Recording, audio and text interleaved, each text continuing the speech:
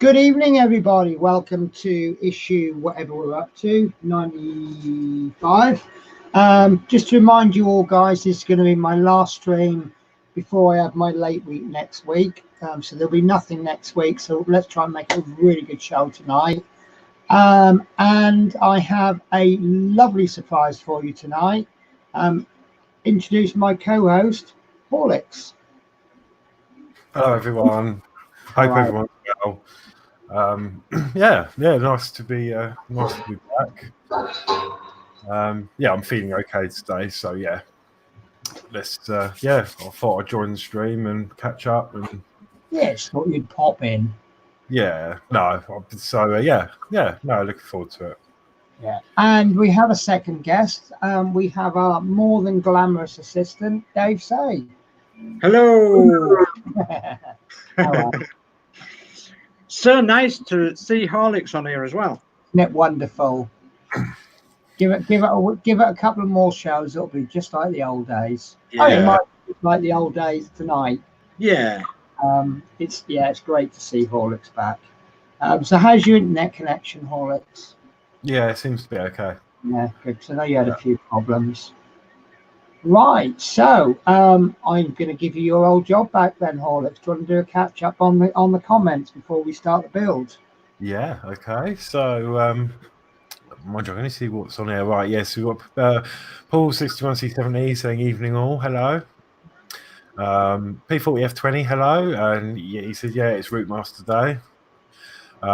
David Bassett, good evening all. No dodgy training tonight, so I can watch it all live. Ding ding. That's doggy training, not dodgy training.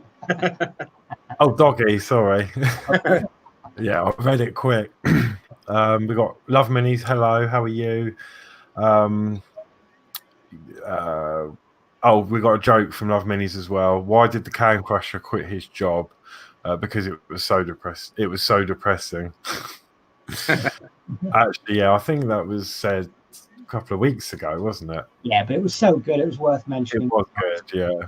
There's another one. A bear walks into the bar and says to the bartender, I'll have a pint of beer, please. The bartender asks, why the big pause? The bear replies, well, I've always had them. And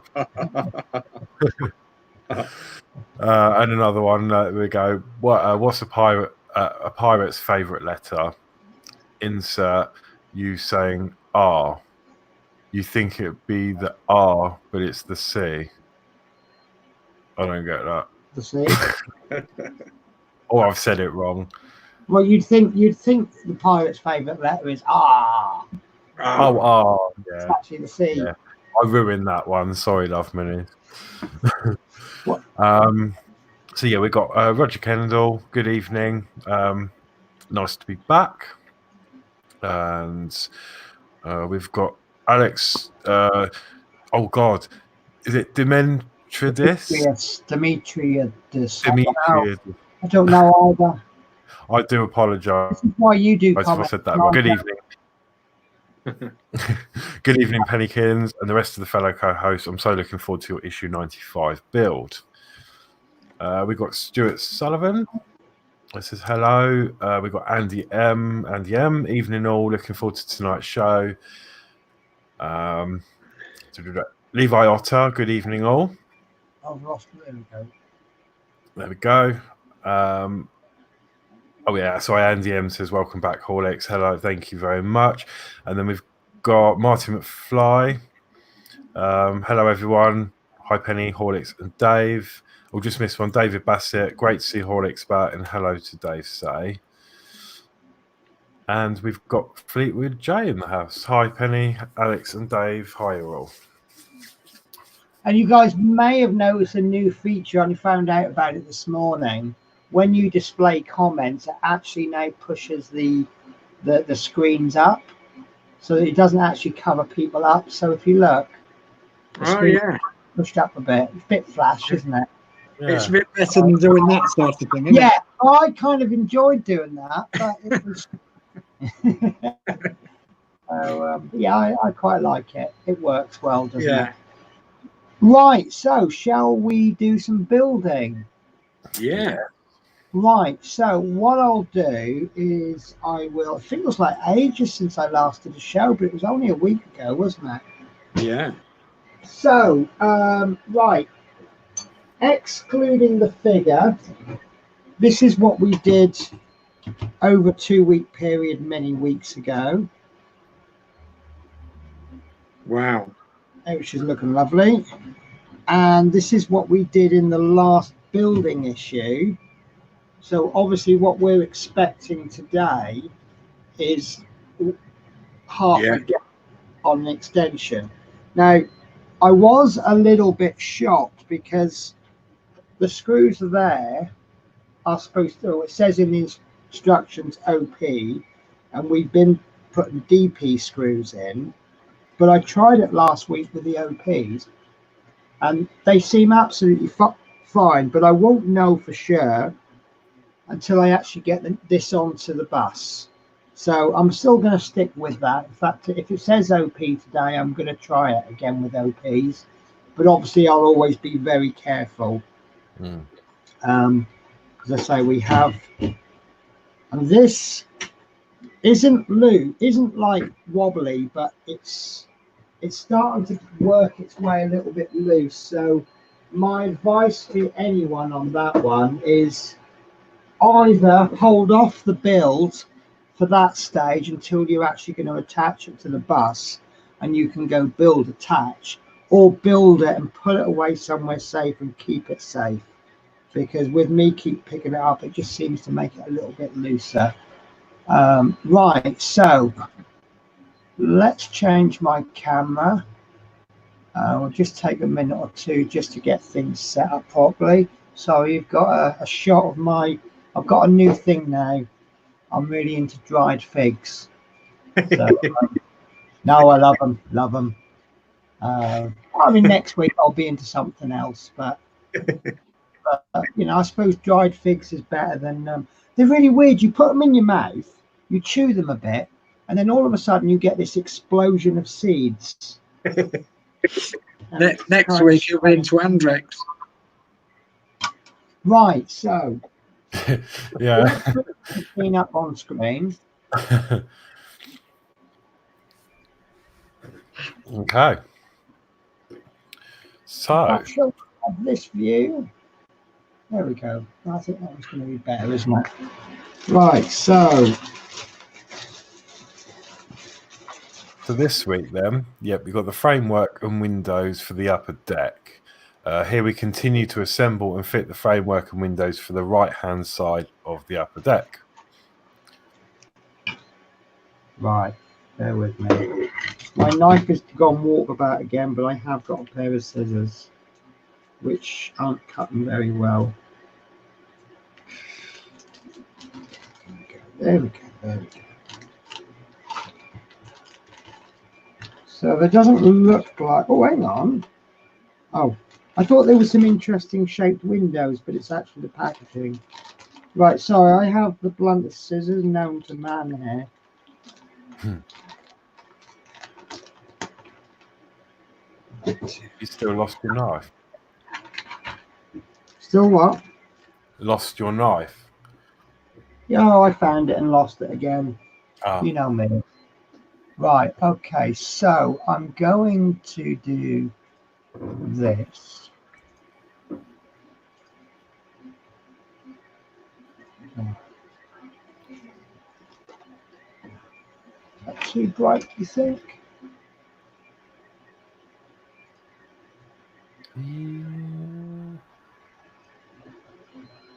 Yeah, I think so. Oh, turn the camera up a little bit. So this is sort of my rough. There we go. Right about there, that's close enough, isn't it? Right, so if you would like to read the parts out, I will go through them. Here we go. So 95A is the right wall framework. So I suspect that's this piece. So same as the other three issues, it's a lovely piece of painted metal.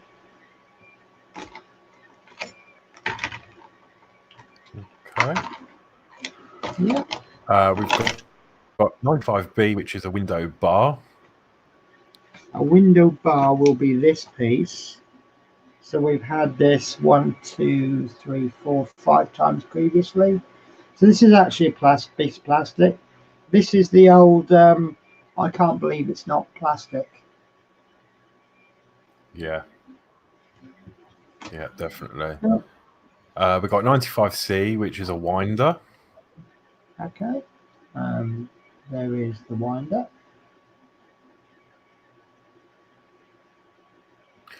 We've got 95D, which is a window frame. There we go, one window frame. And this is actually plastic, even though you'd think it was metal. Okay. 95E, sliding window pane. That will be this one. With the silver surround on 3 sides. Okay. Yep. We've got 95F, which is the window pane, another window pane. I think that's going to be this smaller one of the one that's left. Yeah, the smaller rectangle. And it's flat this time. Brilliant. We've got part G, which is another window pane, and that's the one with the curve to it. Do this one. Okay. Nice. 95H, which is another window pane, which is the larger of the rectangle. Okay, and there it is. Lovely. And then that leaves us screws. So you should have 5 OP screws. So 5 in there. Yep. Yeah, I'm doing the old Chinese thing now these days. I don't know why, but if you ever see these Chinese and Korean make videos, they always hold the part and they do this with it. Don't know why, but Well, we've got 3 DP screws. okay, 3 DP screws. So personally, I think it's really annoying when you do that. We've got 10 EM screws. Okay, so EM. These are the EM, and we've got 1, 2, 3, 4, 5, 6, 7, 8, 9, 10. Brilliant. And then we've got FM screws times 3.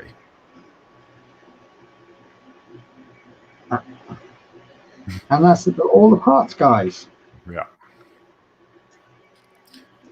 So, step 1 is to cut away the mouldings that were used in manufacture from the sliding window panes, 95E, and the window frame, 95E, and smooth any rough edges. Oh, that's a typo, isn't it? That should be window pane 95E and the window frame 95D, I think that should say. And smooth any rough edges. It's very unlike them to have typo errors, isn't it? Yeah.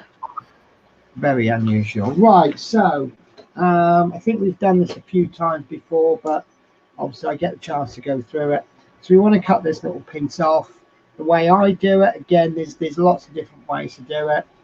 Flat edge pliers, so they're flat on one side, and so if you look, they're like a right angle. 45 degrees. So I just cut this little bit away just to make it a bit easier for myself. And then what I do is I turn the flat side away from the finished surface. I'll just chop in about halfway through. You can see actually there, like it started to split. And if I'd have cut that along, it might actually have split into the actual part. So I've turned it over and I've just trimmed the other side down just to make it a bit easier to deal with. So now I turn the flat side towards the finished surface, and I can just gently trim that away. And in actual fact, that one's gone really close. But if I feel there's any well, there's a little bit there. So just get yourself a little file or a piece of sandpaper and just give that a gentle rub, and I'm happy with that. Okay, so on the other side, sorry, on the window, just cut that annoying little bit away. So turning the flat side away from the finished surface, just going to trim a little bit there and a little bit there, just to make it smaller and easy to work with. So now I've got the flat side towards these. I think these are actually my newer trimmers because these feel really, really sharp. I've got one pair of these for every 3D printer that I've bought. So trim, trim. Again, that's gone really close, but I'll just give that a small file. And that I'm happy with. Okay. Brilliant. So that's stage 1 complete. That's stage 1, yeah. Stage 2, fit the ridges on the ends of the sliding window pane 95E into the grooves on the window frames 95D. The metal edge of part 95E should be at the top. Okay, so this was actually this way round. So I've turned it so that you've got all this little detail on that'll be on the top side, and you've got a little runner down here on both sides. You need that further up top. Place that down. Now on the window, you've got, if you can see it, you've got a little groove in there. If you were to turn it over, it's completely flat. So you actually want it so that, just remind me, the silver edges at the top, Dave?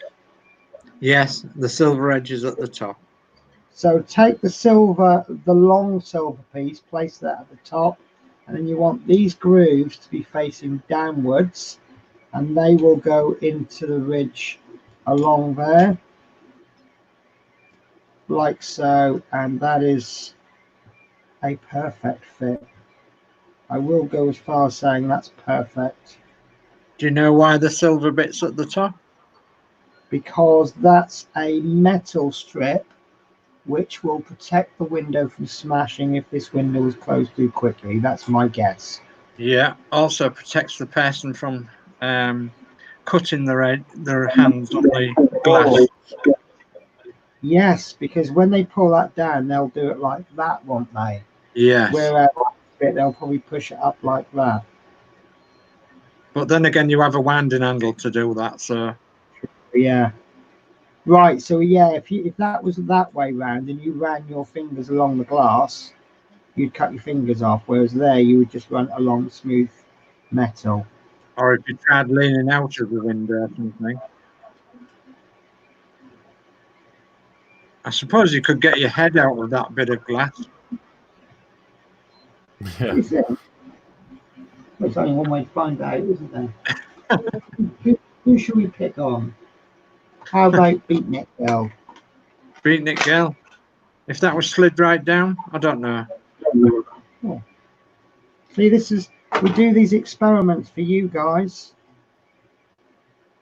Well, she'd definitely get around through. I think she could actually look. Oh, yeah. Get her face. Remember, most of this hair.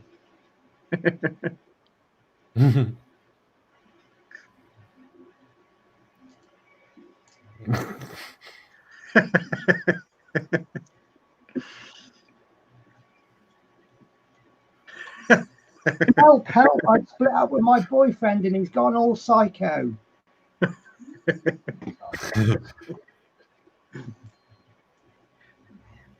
See, we don't waste your bandwidth, guys.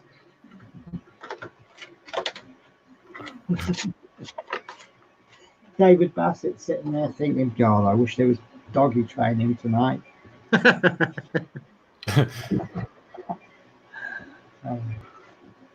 Okay. Right. Right, Alex, can we deal with that question at the end of the build? We'll crack on with the build and then we'll deal with all the questions and things.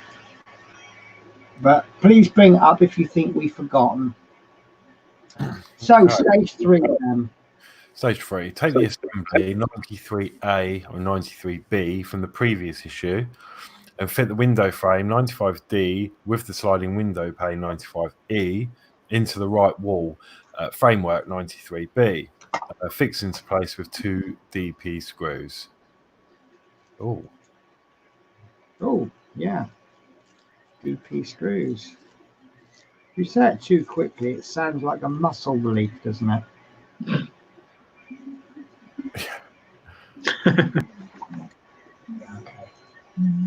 Okay, so we keep this facing down as we've made it. We then, I can't remember which way around this goes. This is not the right one, is it? This needs to go on this one, doesn't it? yeah, that's right. Yeah. Line me again? Yes, 93B. Yeah, so it's this one. So we're actually going to be finishing this last window off. So I'll just move that along, just give myself room on there. And we just position that over there like so. And that goes in as though it was made to measure. So 2 DP screws. And remember, guys, we are screwing into what feels like it's acrylic. Now, the screwdriver that I just put down recently, here it is. So these are going into the top of the window only. Yeah. So that will be there and there. So, as always, I just screw the first one in just enough to bite.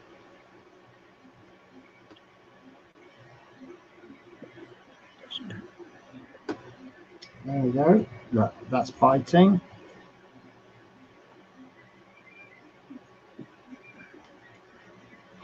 Just move the camera. It's a little bit too far that way, isn't it?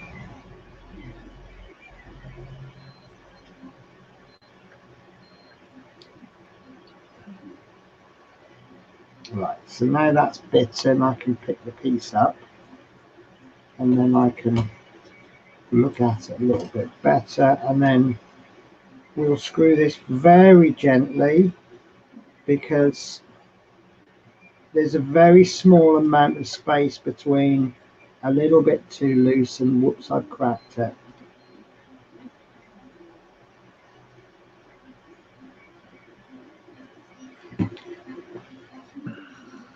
And I would say that's on perfectly.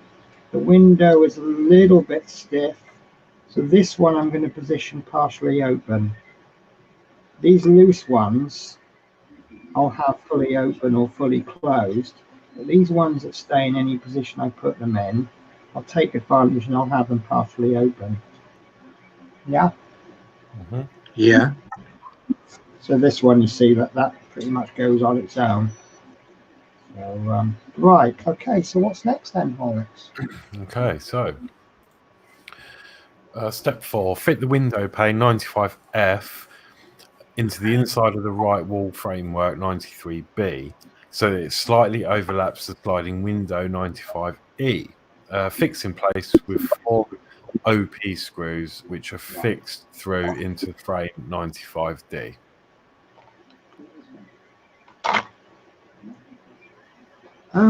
Yes.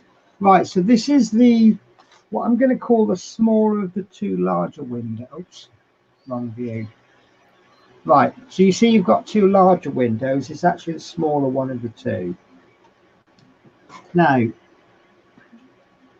these windows have, I keep forgetting this, 2 push push marks. These are where they come out of the mould. And obviously you want to try and hide these up. So if you keep the 2 circles at the bottom and one either side, it should then go around the frame. Eject to pin marks. Eject to pin marks, that's the one. So if you had it the other way round, it will fit perfectly. However, you can see that those ejector pin marks are actually visible. Yeah? Mm-hmm. So placing it this way, you can see that they're all hidden behind the frame. So, and we're screwing this on with OP screws, did you say? Yeah. Okay. Right. So, these ones are a lot, oh, I don't know, are these the right length?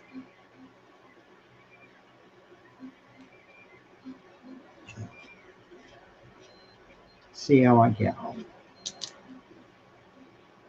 So, I don't know if you're aware, Horlicks, but they've been telling us to use OP screws, and we feel they're about 1 millimeter too long, whereas the DP screws are exactly the same, but they're about 1 millimeter shorter. Right. And most people have been using DP screws. The ones, the quick builders, the ones who run out on a Wednesday morning, and they're down there news agents at 8 o'clock, and they've built their bus by 8:30 in the morning. A lot of them have got cracked windows where they've been using the OP screws. It's gone in, and where it's too long, it's actually cracked the frame. Right, I'm just having a bit of a struggle getting this in this hole there. You know me, I like to work opposite corners.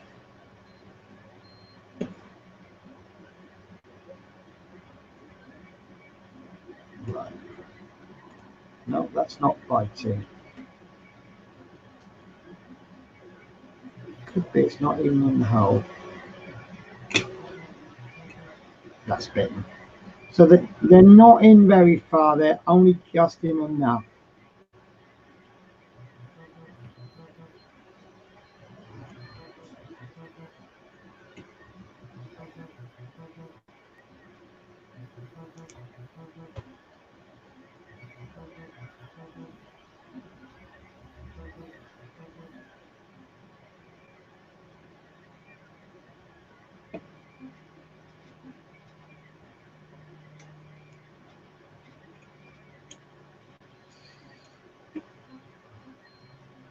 Right, so once they're all in biting, we can then pick the whole frame up and then have a closer look. Was it an OP screw, Penny, that you had a problem with a cracked frame? Yes, but the first cracked one was because I actually put the screw in without putting the window in. Yeah.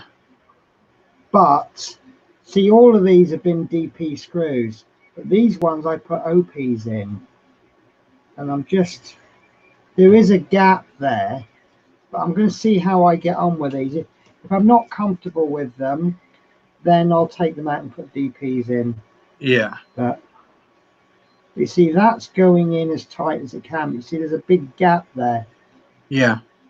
Well, we haven't been corrected yet, have we? So. No.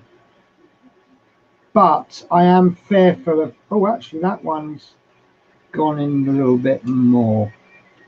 So, dare I risk it? So I'll do the old backwards and forwards thing. But I've also got my finger behind. If that screw head was going to go all the way through the frame, my finger will feel it. You usually find that the surface bends before it breaks. Do you know what? That's gone in perfect. That is actually perfect.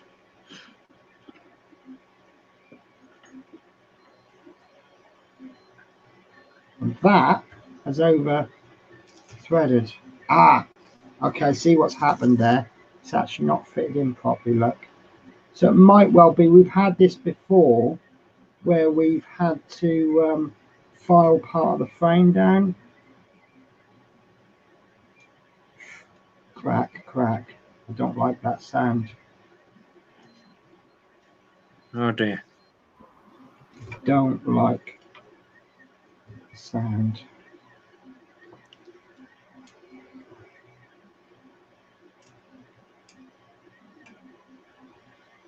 Right, that is as close as I dare, but that is ever so slightly sticky out. Do you know what? I'm going to take these out. I'm going to redo it. Yeah, best not risk it for a biscuit. Yeah, I like that sound.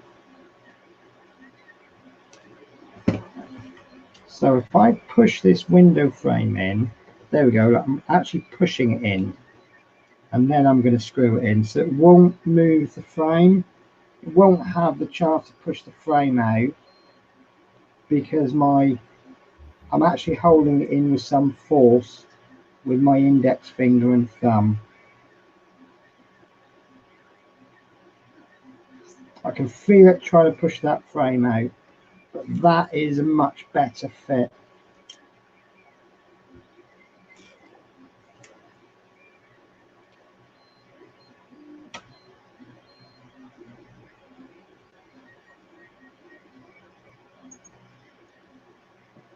Right, that fit I'm happy with, and I don't think I've damaged the acrylic. So let's see what we get on with this.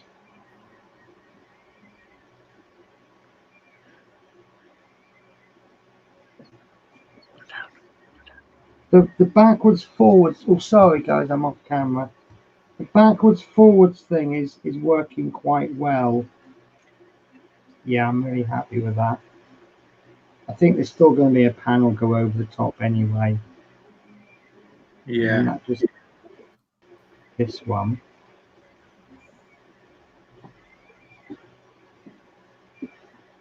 I'm probably screwing this too fast. Right, that I'm happy with. There's a little tiny gap there, but I think that will be okay. So, but yeah, I'm happy enough with that. So there's our last window on this piece.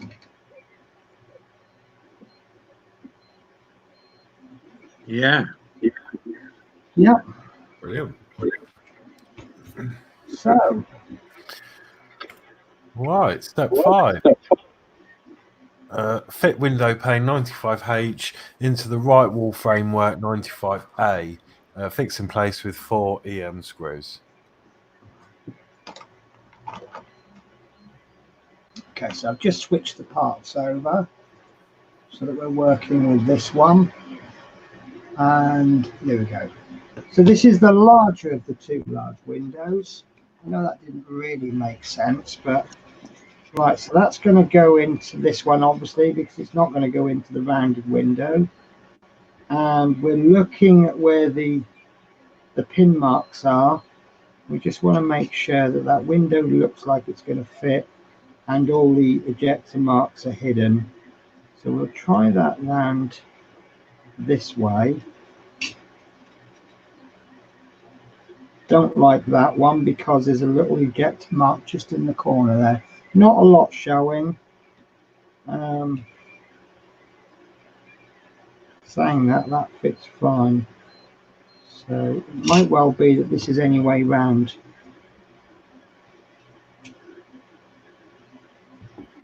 Yeah, I think it's any way round. But this one is definitely hiding the pin marks up. So I'll go with this one. So we're using EM screws. EM screws. Yeah. I think I'm going to be changing screwdriver heads for this.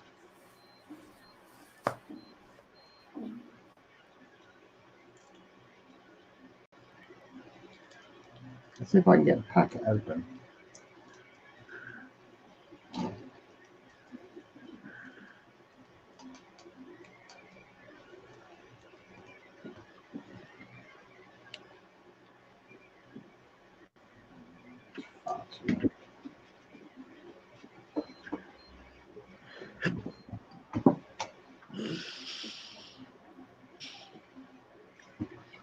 Right, so first one going in.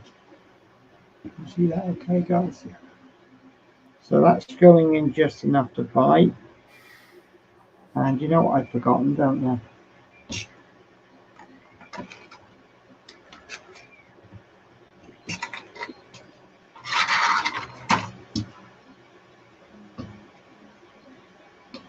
Ah, bit of oil.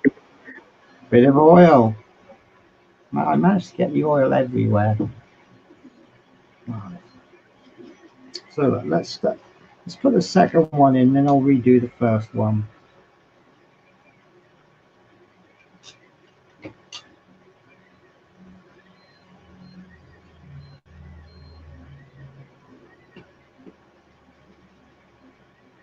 Oh yes, like a dream.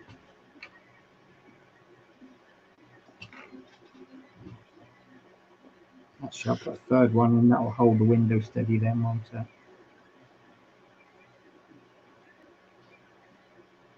Let's do this one. You still use the backwards forwards method as well. I don't think it's going to be needed so much.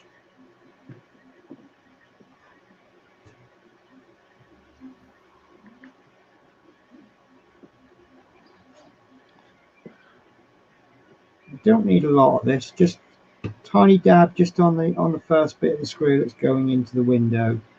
It's like you're screwing into a slab of butter.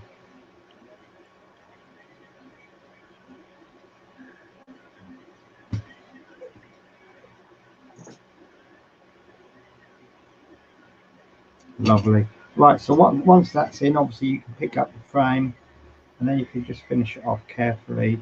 Don't want to over tighten them because you will crack the acrylic. So I'm just screwing until the resistance increases.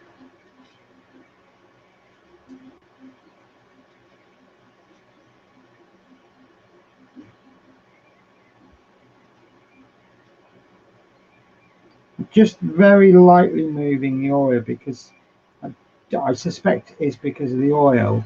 It's going in with no effort at all. So once you then suddenly get some effort, you know, yeah, look, that window's in solid. So you might be able to screw those a bit more, but there's no movement on that window now. So I'm happy with that. Okay, you see there's no ejector pin marks. Yeah. Right, so what's next? Right, so step 6, fit window pane 95G into the inside of the right wall framework 95A, fix in place with 4 EM screws.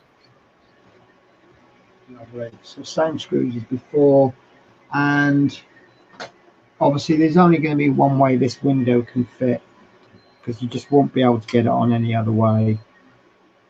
This worries me a little bit. There's a screw hole there, very, very close to the edge. So I'm just going to take a little bit extra care there.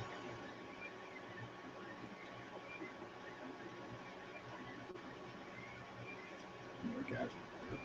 So checking the ejector pin thingy marks, and 1, 2, 3, 4.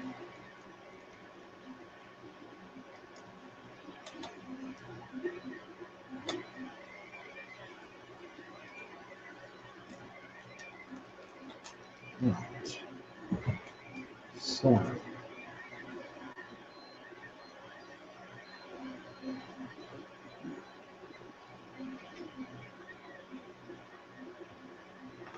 just move the camera. Keep trying to move the part to get it into camera. I just thought maybe I'll move the camera. Right, that's in just enough to bite. And I'm deliberately leaving that one till last because that's the one that's worrying me the most. So once I've got the window screwed into 3 areas, I can focus more on the screw rather because I know the window will stay put.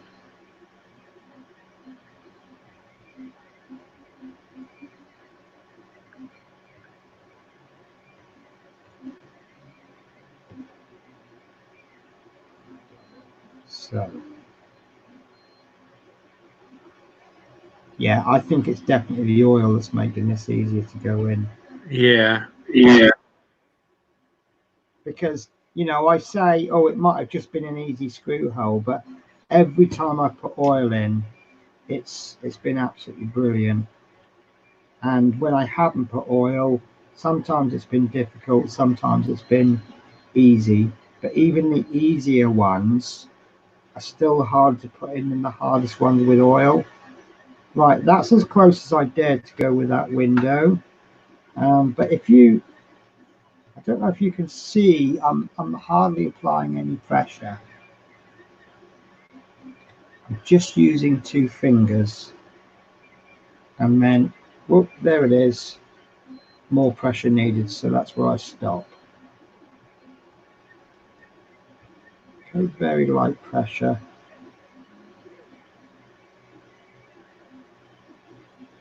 And there we go, more pressure needed, so I stop. Does this worry you, Dave? Yeah, it does a bit. Yeah.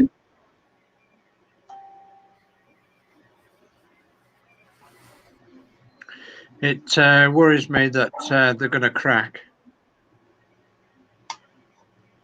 See, especially with Hachette moving warehouses, we're probably not going to get any spare parts or replacement parts for a while. For a while, yeah. Right. I'm happy with this. See, if I rang them up tomorrow and said I've got a damaged issue, I know under normal circumstances I'd have a replacement in 2 weeks. Yeah. With them moving, I probably wouldn't expect a replacement part for 4 or 5 weeks. Yeah, easy. Right, so there we go. Brilliant. That's that window in and that window in. What do you think, Horlicks? Yeah, it looks really good. I really should have used a bit of tissue or something just to protect my fingers. Obviously now every time I touch the Routemaster, I'm going to get just a tiny bit of oil on it, but you know, that's fine. It's not the end of the world. Right, so what's next? Okay, so check the fit of the wall framework 95A against part 93B, keeping the parts supported fixed together with 2 FM screws. Okay, so I'll just do this piece. Right, so we've got 2 screw holes there. This is on the middle, well, not really the middle, but not the end of the bus. And then obviously we'll turn this piece over, and this has 2 protruding ends, and they will fit into there. And I would say they're a perfect. Ooh, I don't know. Yes, they're a perfect fit. I know my table isn't flat, so let me just move that down a bit so you can see if they go into there. Now these are going in, would you say FMs? Yeah, 2 FM screws, yeah. Which, as you can see, are quite heavy duty screws compared to the rest. Will you be using a bit of oil on this then? Of course, now that I have a newfound love, oil and dried figs. But don't confuse the two and dip your screws in the figs and eat the oil when you're watching TV at night.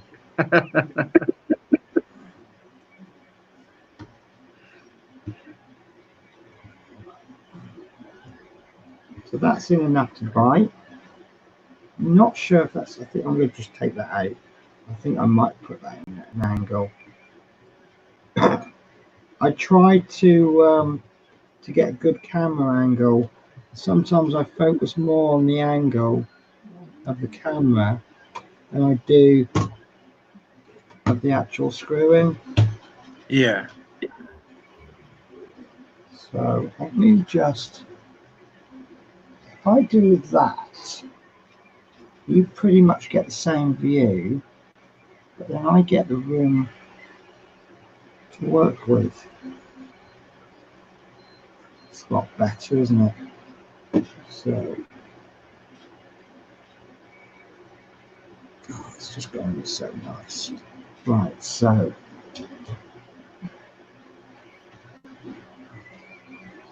got a feeling that now this has gone in at a slight angle, it's always going to go in at a slight angle because obviously I've cut the thread, haven't I? Just see what I can do.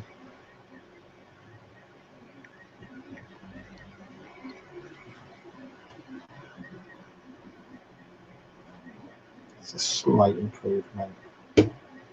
Right, so I'm going to have to pick the piece up now because as you can see it's not quite in right. just adjust the camera. What side is this? This is going to be for the right hand side, Yeah. also known as the offside, or do they call it the road side, which is the opposite of curb side? Yeah. Generally known as the offside. Yeah, I know it as offside. I know some people have slightly different names for it. Driver's Right, side. it's gone in very, very well, and that is extremely stiff. So let's see exactly how straight it is. That is not awful, is it? No. And it's got a bit of flex to it. So if I give it a slight flex, I can actually get that pretty much dead straight. So I say that's okay, isn't it? Yeah. Not 100% perfect, but I say there is a bit of flex to it. I don't want to sit there flexing it, but obviously it's okay. And obviously you've got this little bend at the end, which is the front.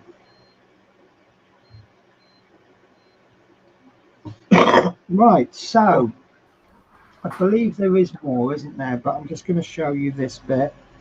I'll have to do one of these cinematic views. Do do do do do do do do do do. How's that? Yeah. So I believe we're moving away from this now for the rest of the build. So, fit the window winder 95C into the socket on the window bar 95B. This is a push fit connection. Right, so let me just get the bits of bags ready.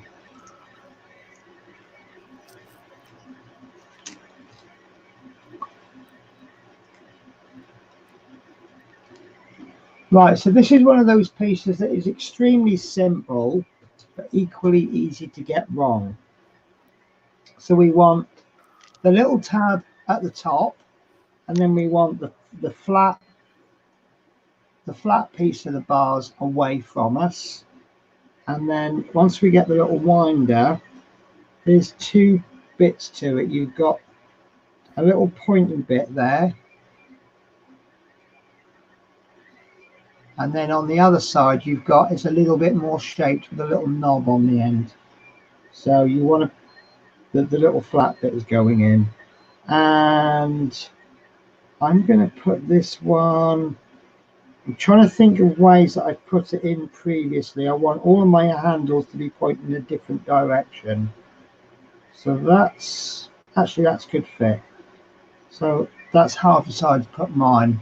I know I've got some going down and some going across. I don't think I've got that angle. Or I could be all OCD and have them all set exactly the same angle.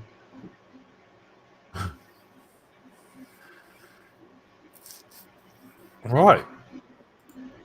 Okay. Next, we need to fit the window bar 95B across the fourth window opening in the right side wall 85C, hold in place with a little low-tack tape if necessary. Right, okay. This is the bit where I'm going to have to change camera angle, and you're going to have to see me do it from afar, because obviously my bus is up there, but we've done these before, haven't we? So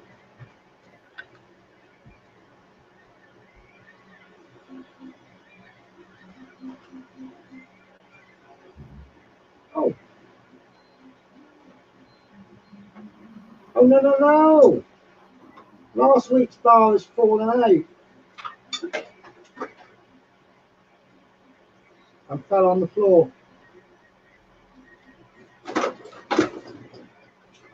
and I just fell over.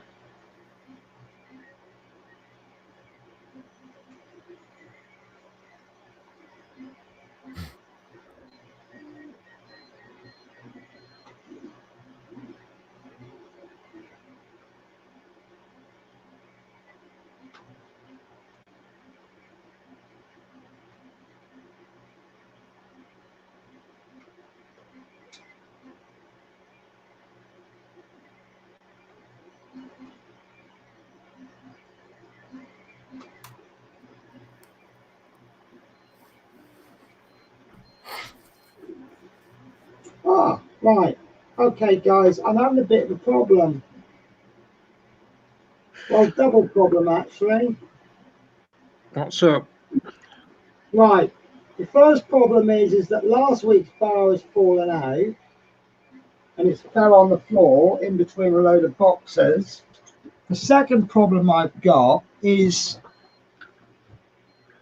I don't know if it's because I'm wearing my driving glasses when I should be wearing my reading glasses, but it appears that this little hole there is slightly too small.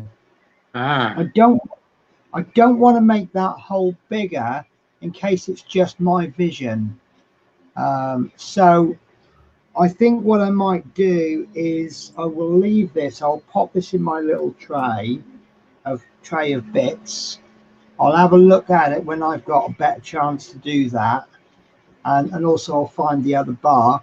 I know I've got another bar to make up because this one there was a little bit loose, wasn't it? Yeah. I didn't want to risk it, so I'm going to pop this bar in there and I'm going to sort that out. I will show you the results and I will tell you what I've done. But I think it's a very small part and my vision isn't perfect, so working on it on a shelf isn't really working for me right now. Right. So is there anything else to go? Okay. No, that is the finished fuse. Right, okay, so what I've got then is I have this piece there. Wow. I have this piece that was previously made, and this is the previous piece because obviously you won't see the other side, but hopefully you can see this. This is obviously going to go along something like that. Yeah. I don't know if you can actually see that, if my body's in the way. Yeah. So that's that. So what I'm going to do is pop that piece there, and then I'm going to pop this piece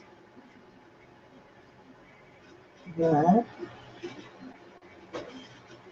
Because I've got this little turntable there, so that should stop it from slipping over.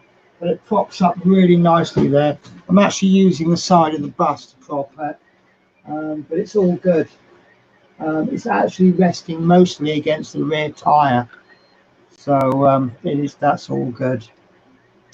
So I guess the next piece then is next week. Yes. Yeah. Continuing work on the framework for the outer wall of the upper deck. Right, the outer wall. And that looks like speculation. We might be fitting it to the top. Right. Yeah. Well, I did accidentally read this afternoon, and I had a bit of a thought. What we've been doing is building this from the bottom up. You know, we've done the chassis, we've done the bottom deck. I'm not going to use that anymore. And obviously we're working on the top deck, and we are justifiably expecting to fit the top deck. And then I guess we're expecting to put the bottom body panels on, then the top. Maybe, yeah. Wasn't we expecting to get the lower deck roof screwed in on 96? Somebody had said. You might be right there. The lower deck roof. So here's the question. Are we going to attach the lower deck roof to the upper deck and then place that on? Or are we going to attach it to the lower deck and then attach the... Does that make sense? Yeah. I actually now think we are going to... Because, right, it says there for next week, continue work on the framework. Oh, framework for the outer wall of the upper deck. Right. So does that mean that we'll be doing the rear of the bus then? Well, that is a possibility, isn't it? Because I think, bear with me. Right. So we've got nothing solid at the front, but I think it needs more work on the back. Yeah. Because it's got some rigid. It's much more solid at the front than it is at the back. Rigidity. Rigidity. Yeah. Rigidity. Yeah. It's more rigid on the front. So well, we haven't got the back framework, so yes, that would stand to reason, wouldn't it? Yeah. So, but saying that, wouldn't they show us the rear wall if that's what we would do? They've been known to do. They do like to keep it slightly vague, don't they? Yeah. Yeah, they like to keep us in suspenders. I mean, in suspense. Yeah. So, right, anything else that I haven't done? So just bear with me one sec.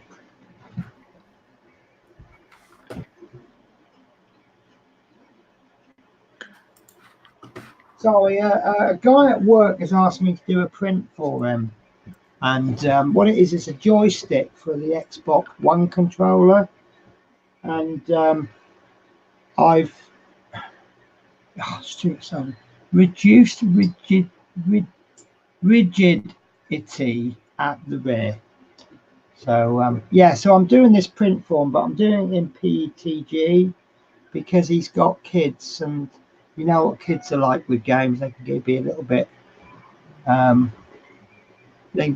tougher on parts, can't they? But I keep hearing it crack, which is PET. Have you ever printed in PETG, Horlicks? No. It's an alternative to ABS. You can print it without an enclosure, and it's extremely tough. I haven't got the keys on me, but I've made a little key holder. In fact, this is just a random piece I did, and this is printed in PETG, and it's so much tougher. But it has its own little problems. I think it's got little strings in it, so you get all stringy bits all over the place. Anyway, this is detracting from the bus. So earlier on, Alex asked about gluing the figures. So recommendations, guys. Glue dots, I would have thought. Right. How secure would blue tack be? Or white tack? I think blue tack would leave a little mark. Yeah, initially it might be all right, but after a little bit of time, it seems to wear out, and then it just gets hard, doesn't it? So I reckon figures. But it's got to be permanent, hasn't it? Yeah. Because once you've put the roofs on, you can't get at the figures anymore. No. So could you go as far as saying Gorilla Glue, super glue? Yeah. Yeah. If you want to make them permanent, yes. Yeah. Or what about hot glue gun? If you can get one in, yes. Just put a little bit of dab of hot glue gun on his bum and then stick him in. Not too big, not enough to ooze out the side. The only thing I'm thinking of is, would the heat from the glue affect the sticker on the seats? Maybe. Because I'm thinking it would be, if you ever want to change the position of the figures, it takes some work to take the bus apart, but you could do it. Yeah. So, I mean, I personally, once I stick mine in, then that's going to be permanent. Yeah. So, shall we have a look at the figures? Yeah. I think I've got them all available. So I'm going to steal the screen, guys. Okay. So we've got, I think this is everybody, in no particular order. We have Beatnik Girl, we have Beatnik Boy, we have Man with Flag, we have City Gentleman, we have Bullseye Girl. I think we have to change that up. We have got, forgetting her name now, but sweet little old lady who's probably not really that sweet. Miss Smallbone. That's the one. We have City Gentleman, and we have Schoolboy with Beano. Well, mine's got Beano. So, how would you place these? Well, you've got two City Gents there. Just noticed that. So, am I missing a figure, or was there 7?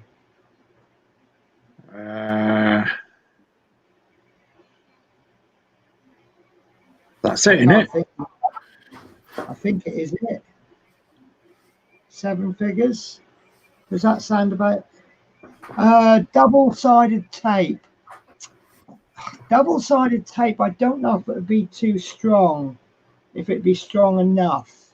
When I use anything with double-sided tape, for example, you've got the kick plates have got double-sided tape.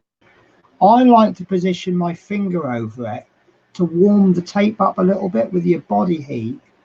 You can't do that with a figure. So I don't know. I really don't. Yeah. So the only thing I can think of is get something like a big fat roll of sellotape, something that's a similar texture to the seat, and then either get one of your figures or something fairly heavy like, I don't know, dried figs, and stick that to that and see how it holds. Yeah, if you put some double-sided sticky tape on that and it just falls off, it's definitely not going to stick the figures, is it? Yeah. But have a little play, but probably use something like a big fat roll. These come from, and these are very useful with Christmas coming up. You can get 2 of these rolls from Poundland for, ironically, £1, and then just find something. Well, actually, these aren't very heavy, so you know you could just find something of a similar weight and stick it down. And this is probably going to be harder to stick to because of the shape. So if you can get it to stick to this, then so let's try a little bit of our first experiment. Let's try a little bit of tape, and we'll just fold that. Obviously you'll do it a lot better than I'm going to do this, but so that might be good enough. Yeah. So I'll try sticking. Actually, let's go for it. Let's stick this lovely lady to the roll of sellotape.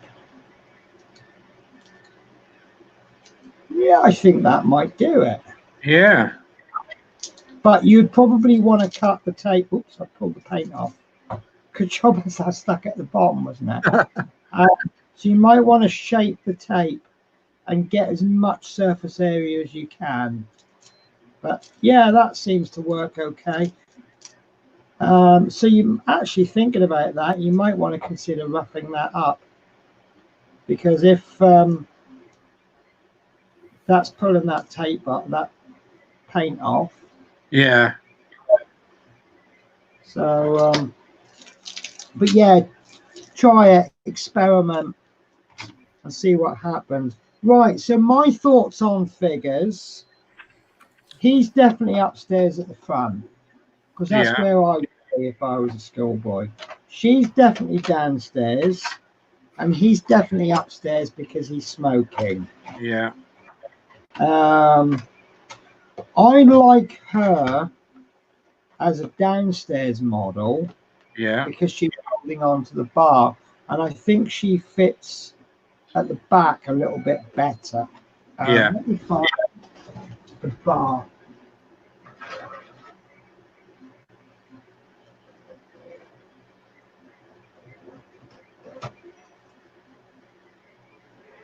So the bar that I've not yet attached to the bus.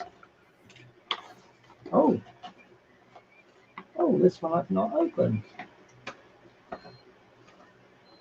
This must be my second one. Right, let's open her up then.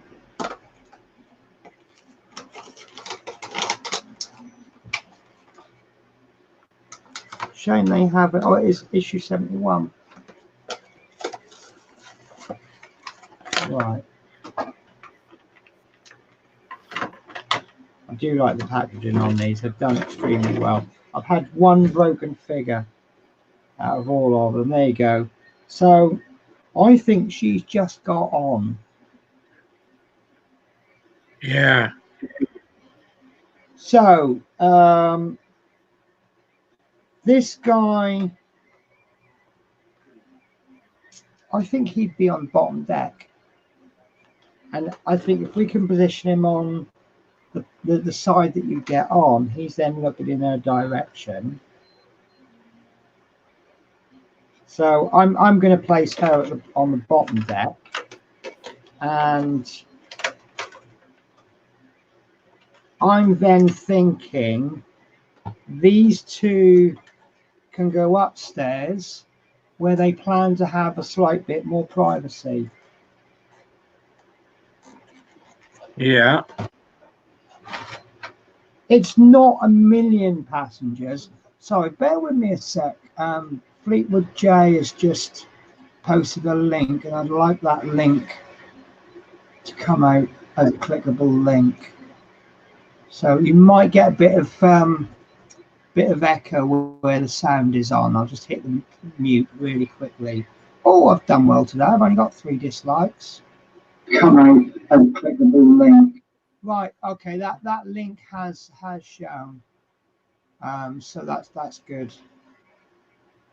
Right. So Marty McFly says, Penny, it also might rip the vinyl decals off the seats. It's a dilemma for sure. Might even be an idea to screw the passengers in somehow, as you will never be able to access them. That's not a bad idea, but screwing into vinyl resin, this is going to go to dust, isn't it? Yeah. Let's get something sharp.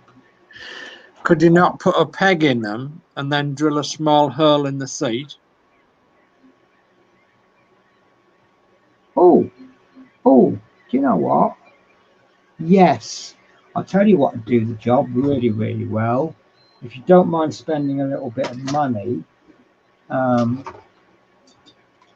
bear with me a sec, guys, because these are in a drawer quite low down that I can't access. But I've got just a thing that might just work. Might not.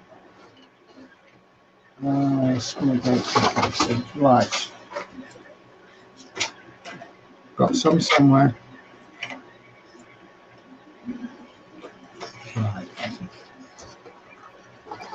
Do you know what? I can never find them when I need them. I've had these for ages. Right, they're going to be in one of these. Sorry, guys. Right.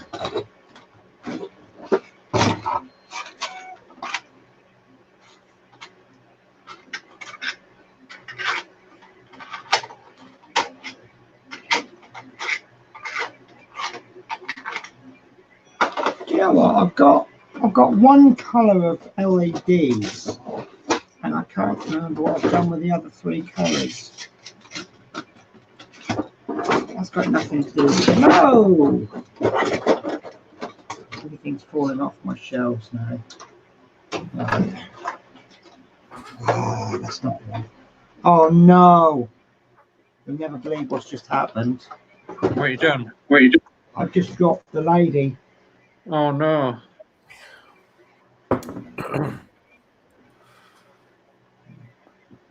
Oh no.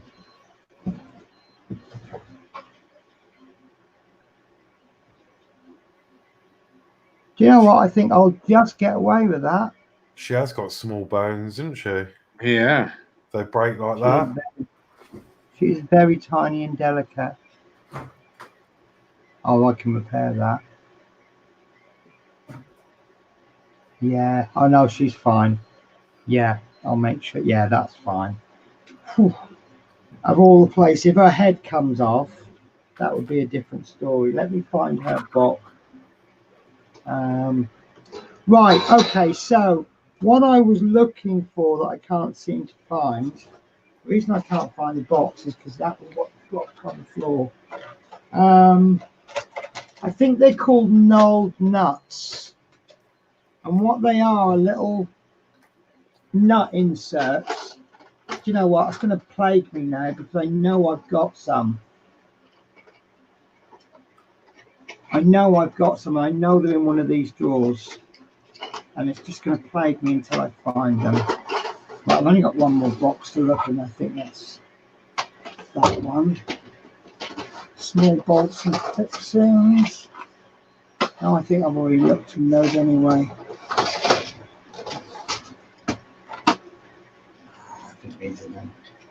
These could be them. Yes, right. So what these are,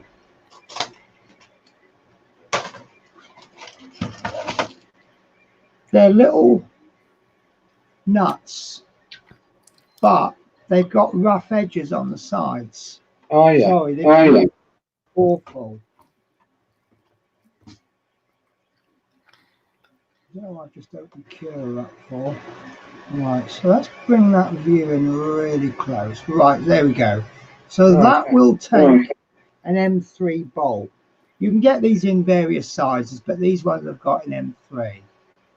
And then you see on the side, they've got little grips.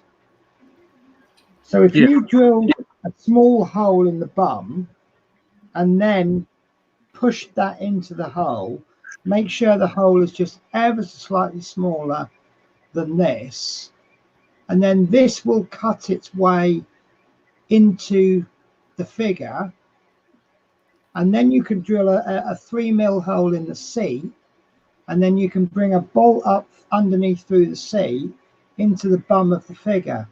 Yeah.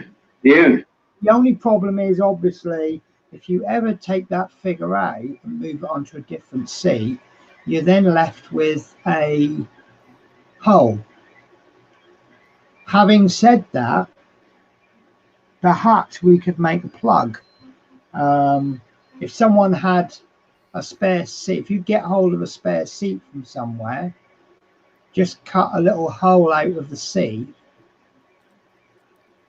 And I think looking at it through the window, you may not even see that it doesn't match. Oh, what's just happened? Oh, sorry, I've just loaded the program up accidentally. So perhaps you could get a nut, get a countersunk nut, something with a flat top, and just cover the top of the nut with a bit of vinyl. So you could just drop that nut into the hole just to cover it up. Yeah. So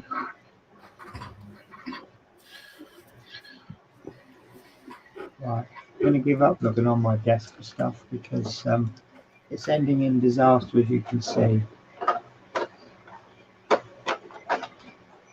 So yeah. Paul 61 says, put the figures in the bin, they do nothing for the Routemaster. I am going to disagree with you there, Paul. I actually really like them. I didn't, well, you know my thoughts on the figures, don't you? I really didn't like them at first. And then I kind of put up with them as in they come with the build, they do, you know.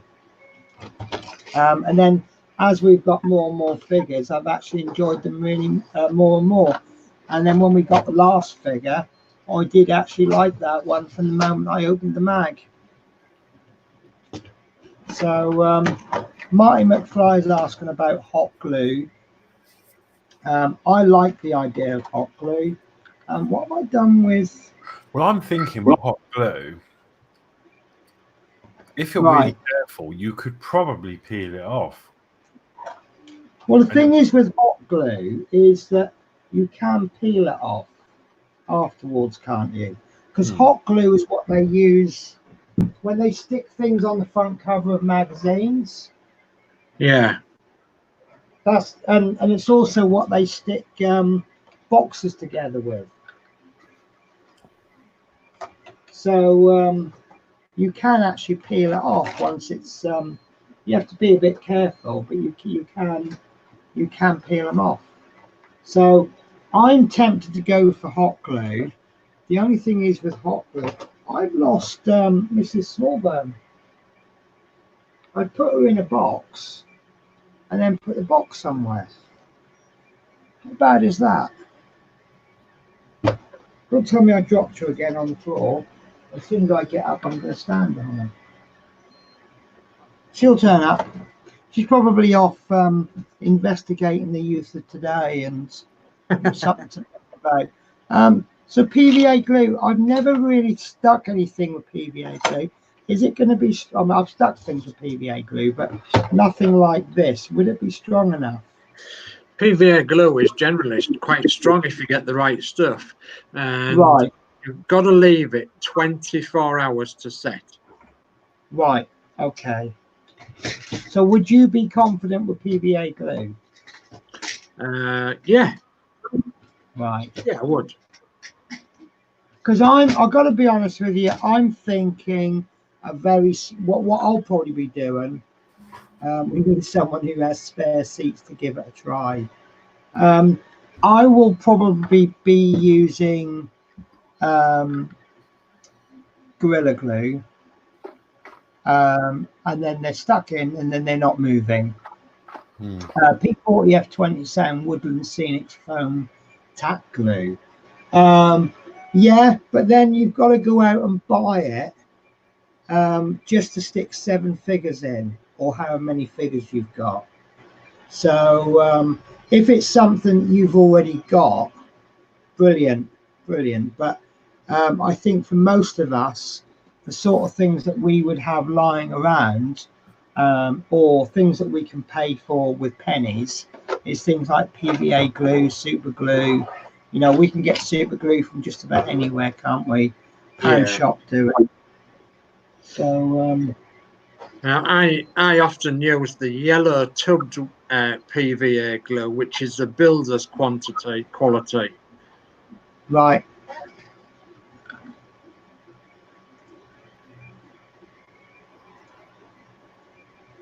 So yeah. Do you know what? That's actually, I'm trying to just get on with things, but it's actually annoying me now what the hell I've just done with her. I picked her up, put her in the box, put her down somewhere, and she's gone. Did anyone see me put her anywhere? No. How can she? I put her on the wrong shelf.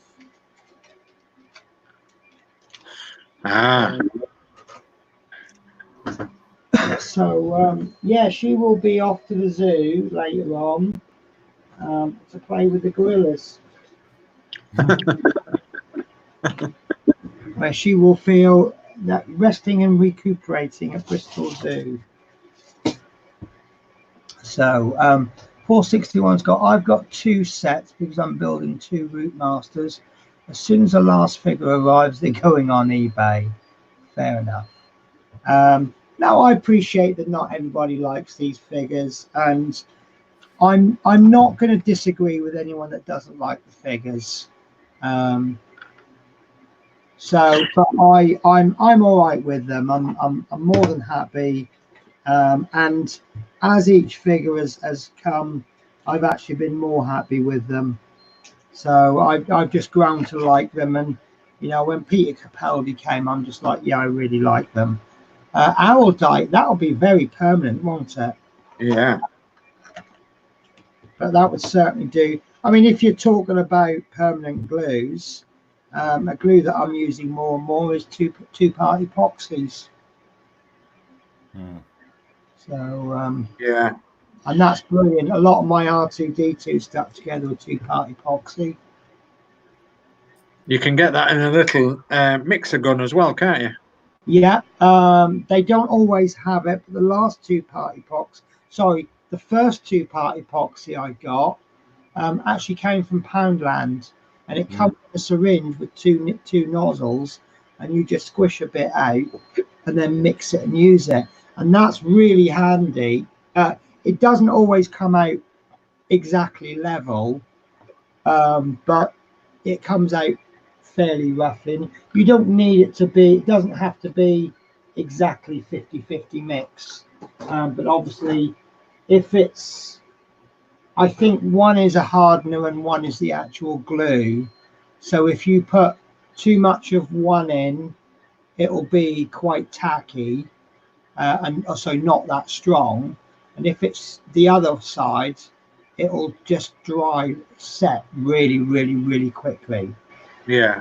So I also like what some of the people in the Facebook groups doing with the figures. They're painting them different colours and making them look different, and so that in effect they could have two sets in one bus, couldn't they? yeah, which is, I believe Adrian's doing that. He wants 2 or 3 of each figure, but painted differently.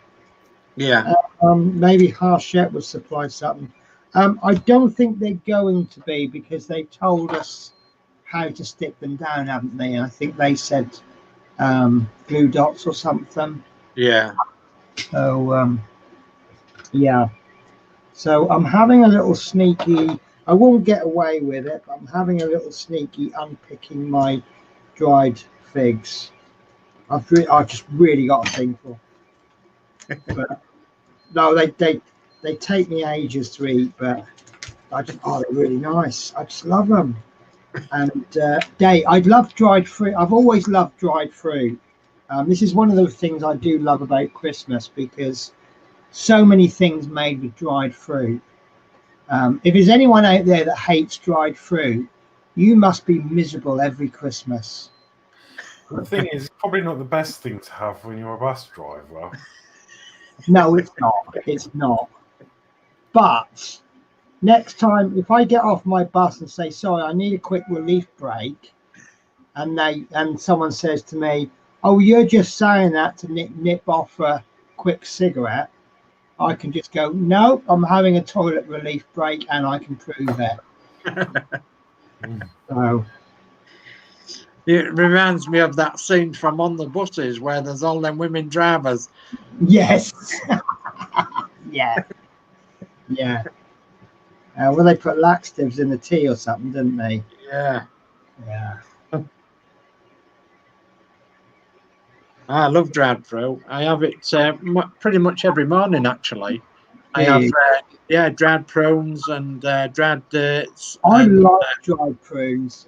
When I worked in the nursing home, or one of the nursing homes, we used to have dried prunes on the menu. It used to come in a big tin, and we used to put 2 or 3 prunes. I think it was about 2, maybe 3, and then a little tiny bit of juice.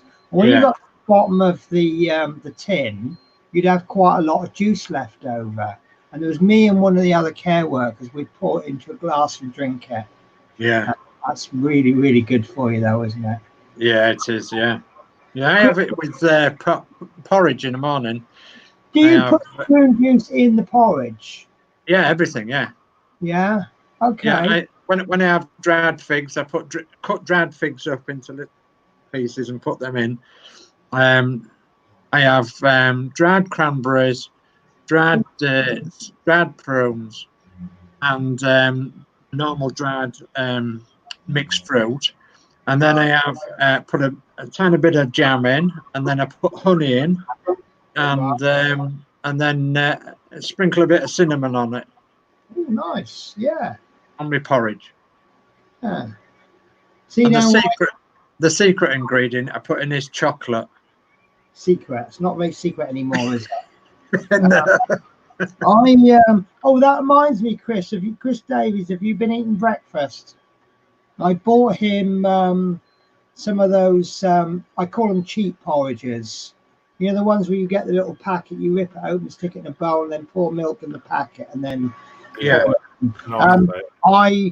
I find them almost offensive because it's so easy to make porridge. So easy. Yeah. But in fact, it doesn't take that much longer. It's about 5 minutes it takes, doesn't it? Well, I have raw oats, rough cut oats. Yeah. And I pour them into a bowl. I put some milk in, and I put it in the microwave. 2.5 minutes. Yeah. It's done. Yeah. Yeah. And that's raw. Whereas it takes 2 minutes with one of these instant oats.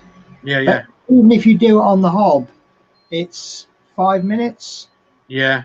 So it's a little bit more controllable on the hob. But I got to admit, I tried to have a healthy. If I do eat breakfast, I tried to have something a bit healthy. My favourite is shreddies with. I like to just slice a banana over it. Yeah. As a sweetener. But when I'm having porridge, I tend to completely destroy it by putting a little bit of butter and a little tiny pinch of salt in it.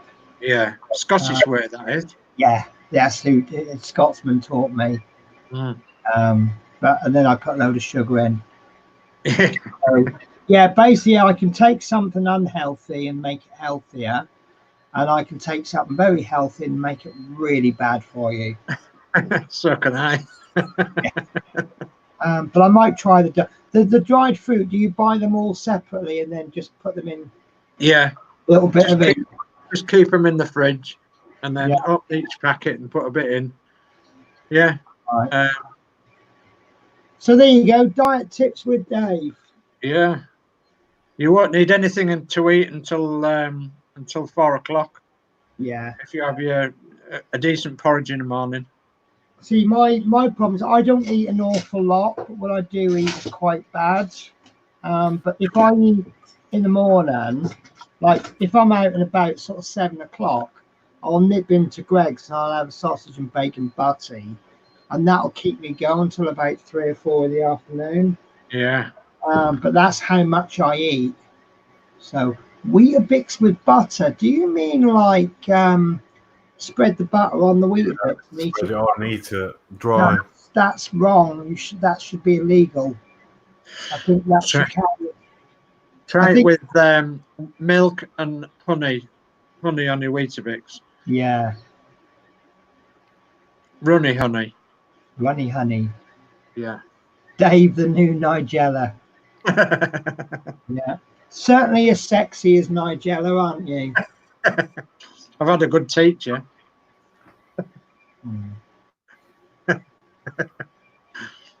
Right, that's my crafty bite ruined. No, not Nigella at all. No. I actually do like her cooking. I like her programs. She don't really appeal to me. Doesn't she? No. I like the idea of indulgent stuff. Yeah.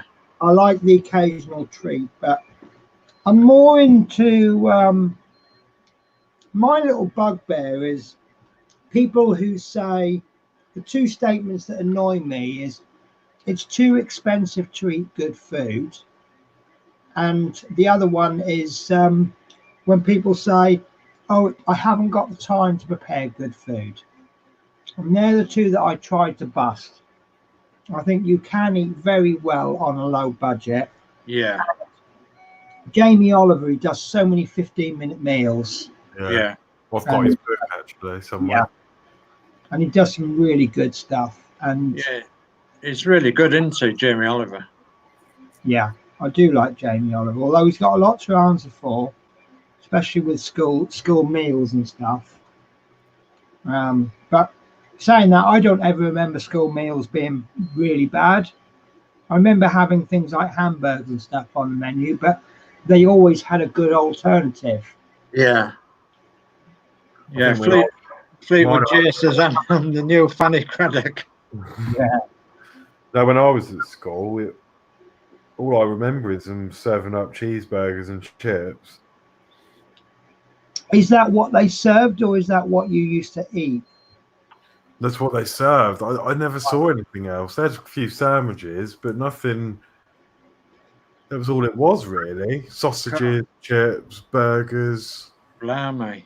But that was years, well, say years ago, but you know, Yeah, years ago. I used to get free school meals at dinner. At school, sorry. And my mum always used to say to me, have a proper meal at school, then I can get away with like having sandwiches or something for tea, which is obviously cheaper. So I would look at all my friends having burgers or pizza or whatever with envy. I had this, mum would make out that she was in contact with the school and could check up on what I ate. So I'd be too scared to not have. And I always remember having things like shepherd's pie, and because that one always used to confuse me, because what veg do you eat with shepherd's pie that isn't already in the shepherd's pie? Well, you can eat all sorts of veg with shepherd's pie. Yeah. But, you know, it's whatever you pick. You have, it's like these vegetable burgers. They're basically all different veg, all mixed up with mashed potato, with breadcrumbs and fried. What veg do you have with it? Yeah. Oh, school cake and pink custard. Used to love that. Oh yeah, I used to like that. Yeah. There's a cafe around the corner from me, and they every now and then. Do you remember those little chocolate biscuits, really hard biscuits? Yeah. With that little topping on the top. They used to make it was frozen over like an ice lake. Yeah. And they do those with pink custard, but the pink custard they make in this cafe is awful. Oh. I'm sorry, I'm going to make you all disgusted at me. I used to love the custard with the skin on the top. Oh yeah, I do. Yeah. I still suck the skin off. Yeah. Best bit. Yeah. Especially if you can get a nice crack going down the middle. Right. So, so Horlicks, where are you up to now then? Obviously, you've fallen behind a little bit.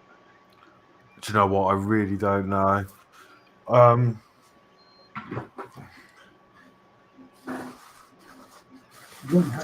60 wasn't you? Wow. I've had another delivery since, so I've got all these to catch up on. Oh wow. Oh, lucky you. God. If you could go back in time, Dave. If I could go back in time, Oh. I'd do it all again. Yeah. Do Yeah. it all again. All I've got to do. Oh. Oh, he says. Oh. Right, is it? Yeah, if I could start from number one again, that would be brilliant, wouldn't it? Well, 65, which is seats.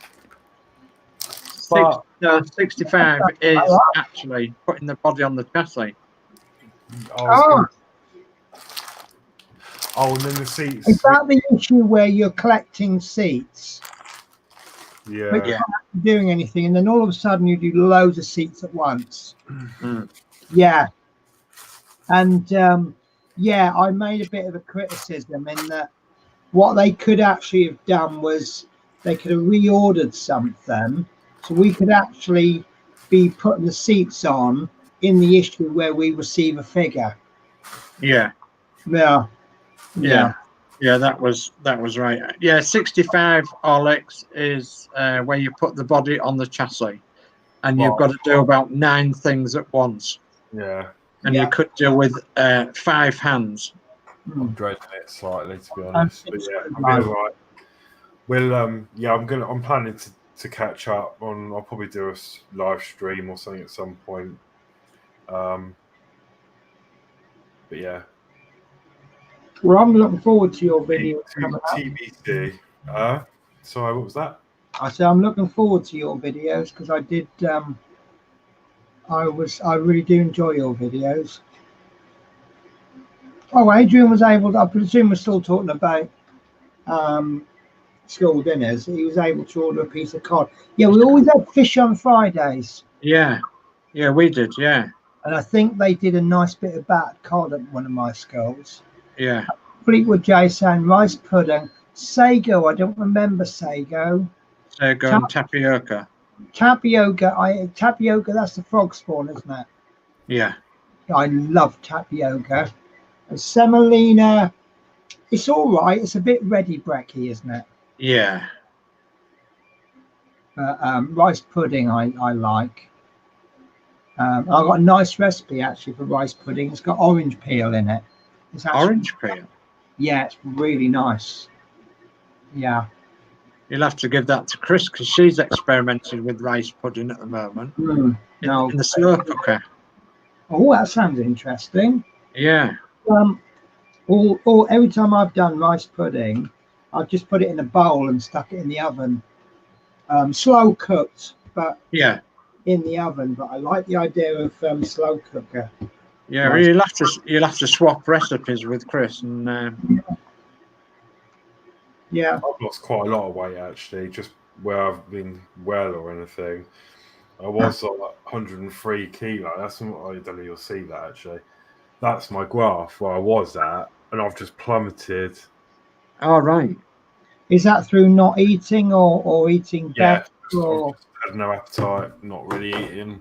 I don't feel ill for it. I seem to still have energy.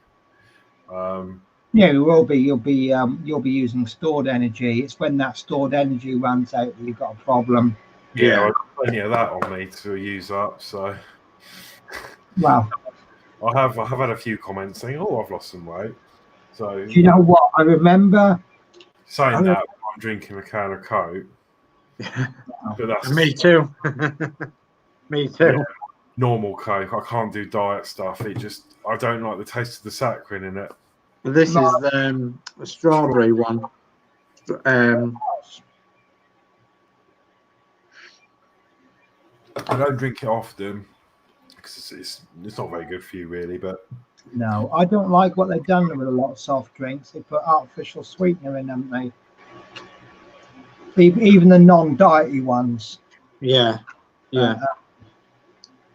Yeah, there's not many we like. I mean, we like these themed ones, you know, the strawberry and the raspberry, and there's another one that we like. Yeah, they got a peach one, didn't they? Yeah, I like vanilla Coke. vanilla Coke. Yeah, that's the other one I was trying to think of. Yeah, we have this strawberry one, and we put some gin in it, but this is just straight Coke. So, and it's just nice as a little treat. Fat Coke. I used to call it normal Coke, fat Coke, Diet Coke and fat Coke. Well, there's a recent thing, isn't there, that apparently these diet drinks aren't very good for you or something. Oh, it's the artificial sweeteners in it, isn't it? That's right. Yeah, yeah. And it's better to drink a normal one, but just moderate. Yeah, yeah, yeah. I very rarely drink. To be honest with you, probably most of my Coke intake is via alcohol. So obviously, as you imagine, I don't drink a lot of Coke. But if I do, I'll buy like a can and I'll have a couple of Jack Daniels or something with it. Yeah. So Dave Milne's on bus going home. So Dave Milne is the small bone tonight. Oh, talking of alcohol. When I moved in here, well, a couple of months ago, I bought this. I like Disaronno. Oh yeah, that is really nice, and I have that with Coke. But that's the only reason I've got a Coke in the fridge. But I haven't had any of that for ages.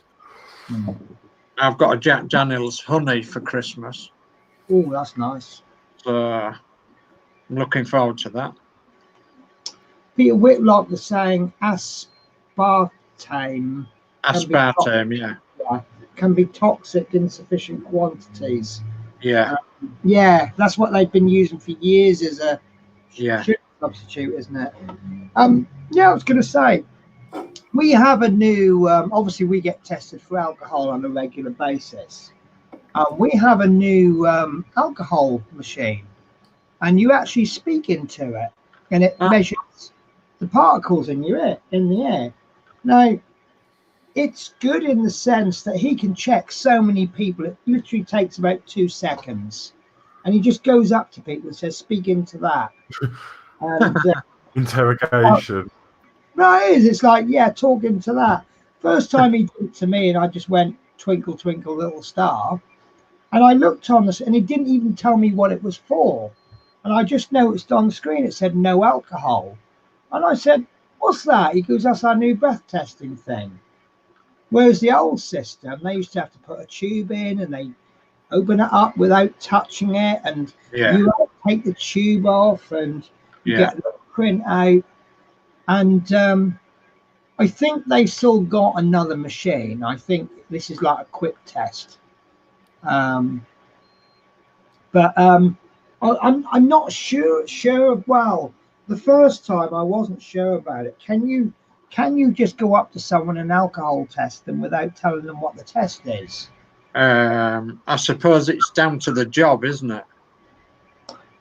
Yeah, but if someone says, as far as I'm concerned, I don't know if it is true with this company, but every company I've worked for, refusal to take a breath test is considered failure. Yeah.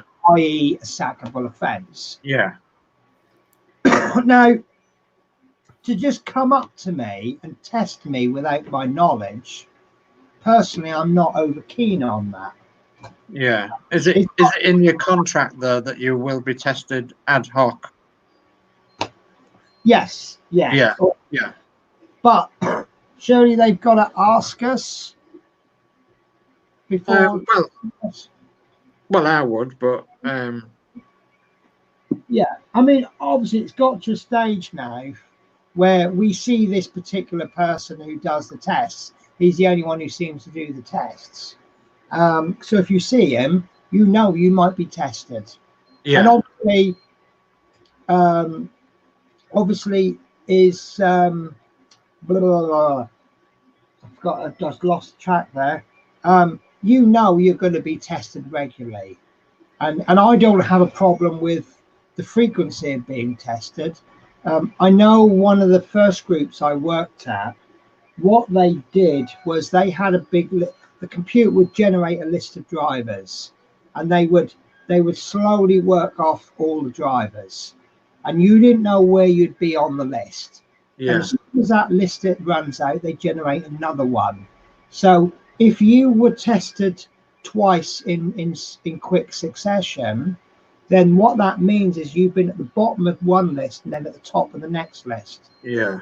But they wouldn't actually test anyone until they finish the list, which if you've been tested twice in quick succession, you could theoretically come to work for 3 or 4 weeks drinking, knowing you won't get tested. But obviously you can be pulled if someone has reason to believe you might have had a drink. Yeah.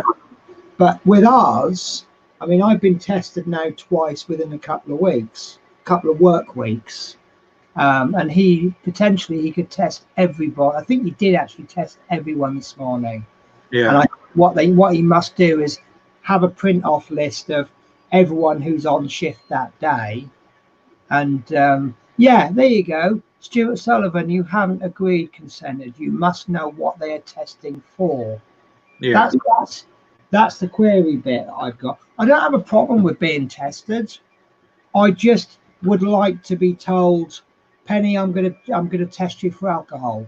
Now I know what it is. So I did a little bit of an experiment this morning. I was in like the break room, and I see him come in, and I let him test a few people. And then as he was testing, I walked through to the other side. And then when he came through the other side, tested a few people, I then tried to walk back into the break room, but he come after me. He said, "Your turn, Penny." So, but I knew he was coming, but I just thought, I'll see how long I can get away with it. I mean, they know it's an easy test with me. They know I'm always going to blow 0. Yeah. But yeah, no, that's Stuart Sullivan. You must know what you're being tested for. So I'm kind of slightly, I said, you shouldn't really worry. I can't test your blood for HIV, etc., unless you agree. You must be. Yeah, they don't do blood tests. It's only breath tests. Yeah. I'm just wondering how accurate this machine is. If I blew, our tolerance for alcohol is 0. If I blew 0.1, I actually had a word with one of the managers about this. If you blow over 0 but below the legal limit, you will be sent home. You will then be disciplined, and you will most likely get a final written warning. And then if it happens again, obviously you're already on a final written warning. She'll have no option but to dismiss you. If you came into work, they know you drive and you blew over the legal limit, they would feel obliged to tell the authorities. Yeah.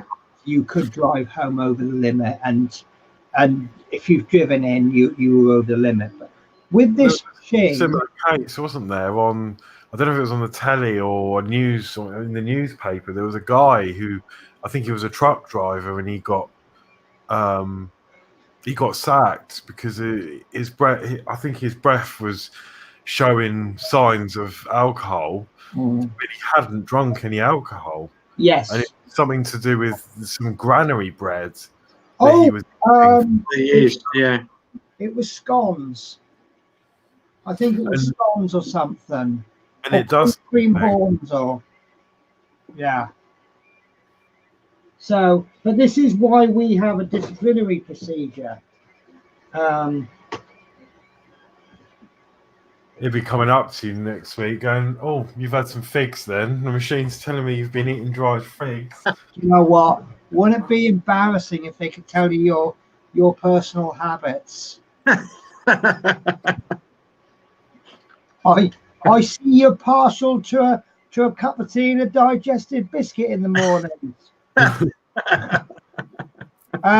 I see Love Minis has got the hardline approach. Well, no reason for someone to test positive at work anyway. You are absolutely right, but believe it or not, there are people who do come to work with alcohol in the system. I have heard of quite a few agency drivers that do put the alcohol away after work. Why anyone would want to do that, I do not know. Yeah. There's plenty of jobs out there that you can do where you can go home, have a few drinks, come into work and have a little bit in the system. No, not be totally drunk. Yeah. But get away. I suppose yours you could, Horlicks, couldn't you? Office work, you could. People do office jobs and go out and have a liquid lunch, don't they? Yeah. And although that's starting to be more frowned upon now, isn't it? So, but yeah, Fleetwood says over-the-counter cough, cold medicine can affect breath testing. So we get a disciplinary. So that gives you the opportunity to explain why you might be over the limit. Yeah. So if I had a cold, but then don't I have a responsibility to know that these cough medicines can send me over the limit? Yeah. Because don't they say on them, do not operate machinery or drive? Yes. So do I not have a responsibility as a professional driver to read medicine labels? Yeah. Yes. Because, if I came to work dosed up on night nurse, whose fault is that? Yeah. Yeah, that's it. Good stuff, that is. That's great, isn't it? Last time I took night nurse, I went, I'll be all right taking night nurse. I'm as awake as anything. Next thing I knew, I'm like, oh, I'm late for work. So, You've missed a day. oh, it reminds me, all those that want to save a bit of money at Christmas for the kids, right? When you put them to bed Christmas Eve, take down all the Christmas decorations, lay out loads of Easter eggs, and when they wake up in the morning, go, oh, you overslept. About 3 months. I do this thing now coming up to Christmas where when my passengers get off the bus, I go, oh, take care, my lovely. If I don't see you before, have a wonderful Easter. And they're like, what?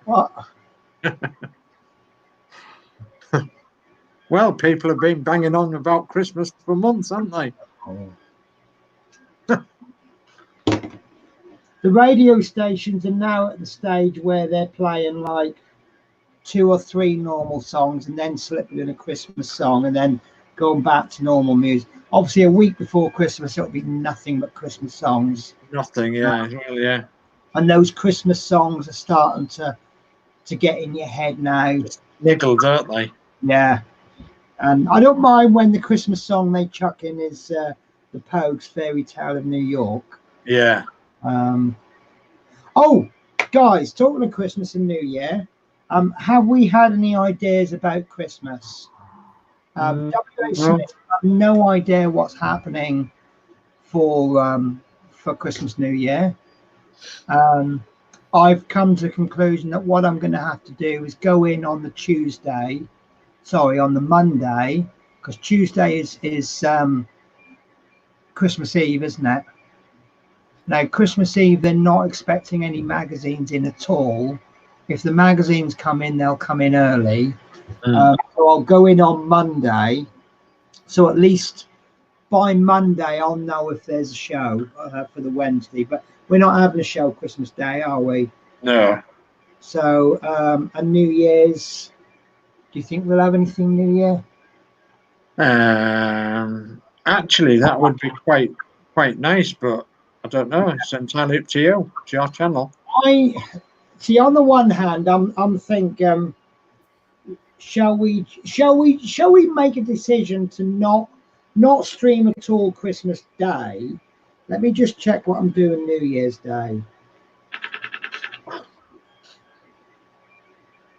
I love Google Calendar, and I love being on a 4-week rota. Right, so I'm on. Oh, we're off quick. I don't think we've got buses New Year's Day. Right, so why don't we have Christmas Day off, no stream at all, and then New Year's evening we will have no building, but we'll do the New Year's quiz like we did last year.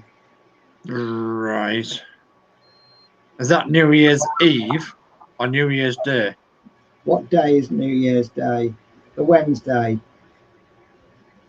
Right, New Year's Day is Wednesday. Okay. So it'll be the very first day of the year. So what do you think to that, guys? Horlicks is pulling funny faces. I might not be here. Okay. I don't know. It might be. I might not be. I might be in Cheltenham. Okay. Maybe we can do a live broadcast from Cheltenham. What are you up to in Cheltenham then? The only thing I know about Cheltenham is a racetrack. My friend Joe. Okay. I don't know yet. So I'll have to let you know on that one. I don't really know what's going on. I'm not doing Christmas this year, hence no decorations. Christmas is cancelled as far as I'm concerned. Yeah. But I think, yeah, if I'm not up there, then yeah, I'll be about. Yeah, that's fair enough. What I'm thinking of is there won't be any prizes like last year. Although I might do summer gifts, because it takes that long for me to actually send it out to you, doesn't it? I think Dave only got his gift last week. Harvey De Niro, hello, how are you? So yeah, I think we'll do that, and then what we'll do is we'll organise some kind of catch up. You know, if we end up a week behind or 2 weeks behind for a while, then so be it. Yeah. I know we're expecting 2 more figures, and I don't know when those 2 figures will be. But that's 2 weeks we can catch up on. Obviously, I've got my nights off and stuff that I'm going to fall behind on, but it might well be that we'll do 2 issues a night. Yeah. And then that's fine. We'll go for it. So, well, I think if we just play safe and just say there'll be no issues Christmas Day and New Year's Day, I think we can. If there is anything, we can. But I really enjoyed that quiz last year. I really enjoyed setting it all up. And then I think we all had fun playing it, didn't we? The formal scoring system, which was not very accurate at all, was it? It went though. So it was fun, wasn't it? Hi, Harvey. So right, okay. Has anyone got anything else to add then? Because we're coming up to the 2-hour mark. I've got to watch my stream time now, haven't I? Because we're limited to like 20 hours a month or something. Yeah. I don't know. How long is it exactly that we're allowed? I think it's 20 hours a month, which works out about 4 hours a week. Oh, that's. But then obviously I am stream for 3 hours a week, for 3 weeks a month. Yeah. So yeah. So I'm generally I'm all right, and we'll find ways of getting around it if. Yeah, one way or the other, won't we? But I think because I say Saturday as well. Are you all ready for Saturday, Horlicks? Yeah, I think so. Yeah. So I've got to check my bits, but I'm I'm working Saturday, but I'm off Friday. Yeah, I'm off Friday all day. There's a little my printer's full of stuff. Oh. Yeah. What are you up to on that then? That's all the trailer. Okay. Fantastic. I can't wait. I have been busy in and out of feeling like it. Yeah, I've had other stuff I've had to do. You guys probably, most of you won't have heard of this, but in fact, I'm going to show you this. I just saw it and I loved it. Has anybody heard of the Mandalorian? Is that an instrument? No. No. It sounds like it. String. Okay. What if I said, has anybody heard of Baby Yoda? Yeah. You've heard of Baby. That surprises me, Dave. Yeah. So, the Mandalorian is... hang on a sec.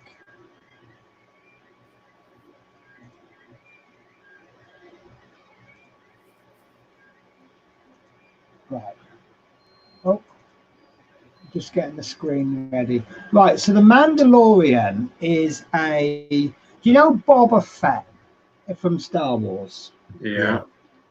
Boba Fett is actually not a Mandalorian, but he dresses like a Mandalorian. I don't really know too much about it, but the Mandalorian is, I suppose, a spin-off show of Star Wars. And he goes around and he has these adventures, and he goes on this bounty, and he has to recover this thing, and they tell him it's 50 years old, and it's a Baby Yoda.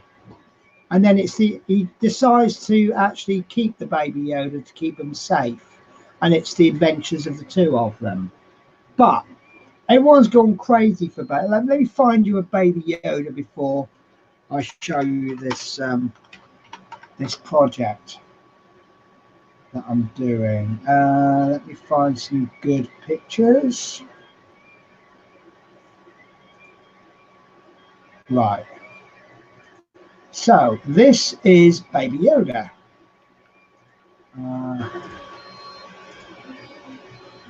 Steve Hodge says He's been missing, so he'd like to ask about the OP screws.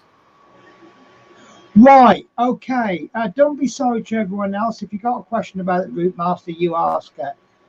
Right, so the OP screws, I have been using them, and they seem to work fine. Although in last week's show, I used the OP screws, but there was a tiny gap at the top. So we are quite literally seeing how it goes.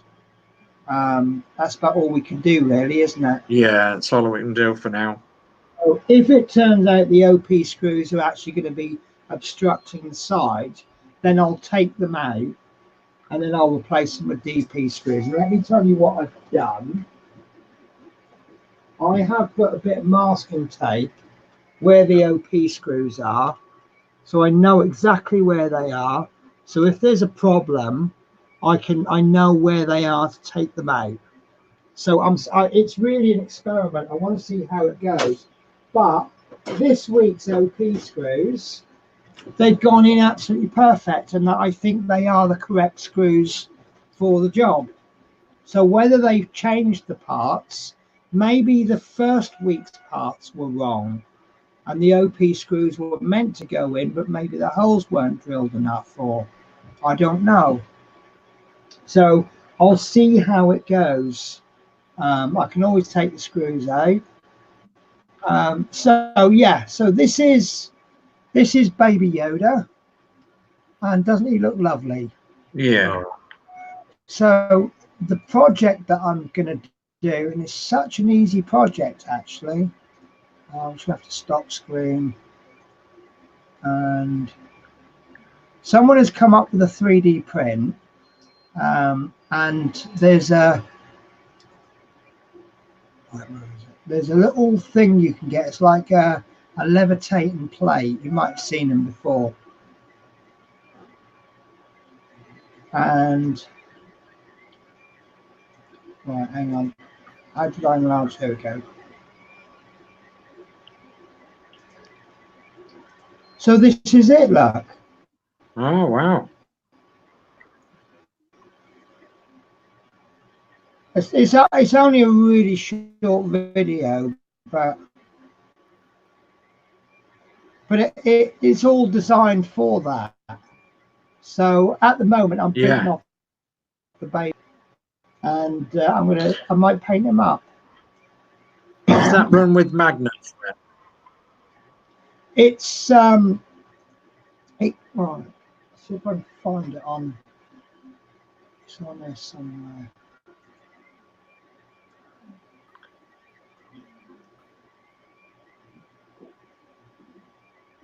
Here we go. Right. So what you've got is you've got the baby. Actually, I'll find all the files. Sorry, guys. Okay, right.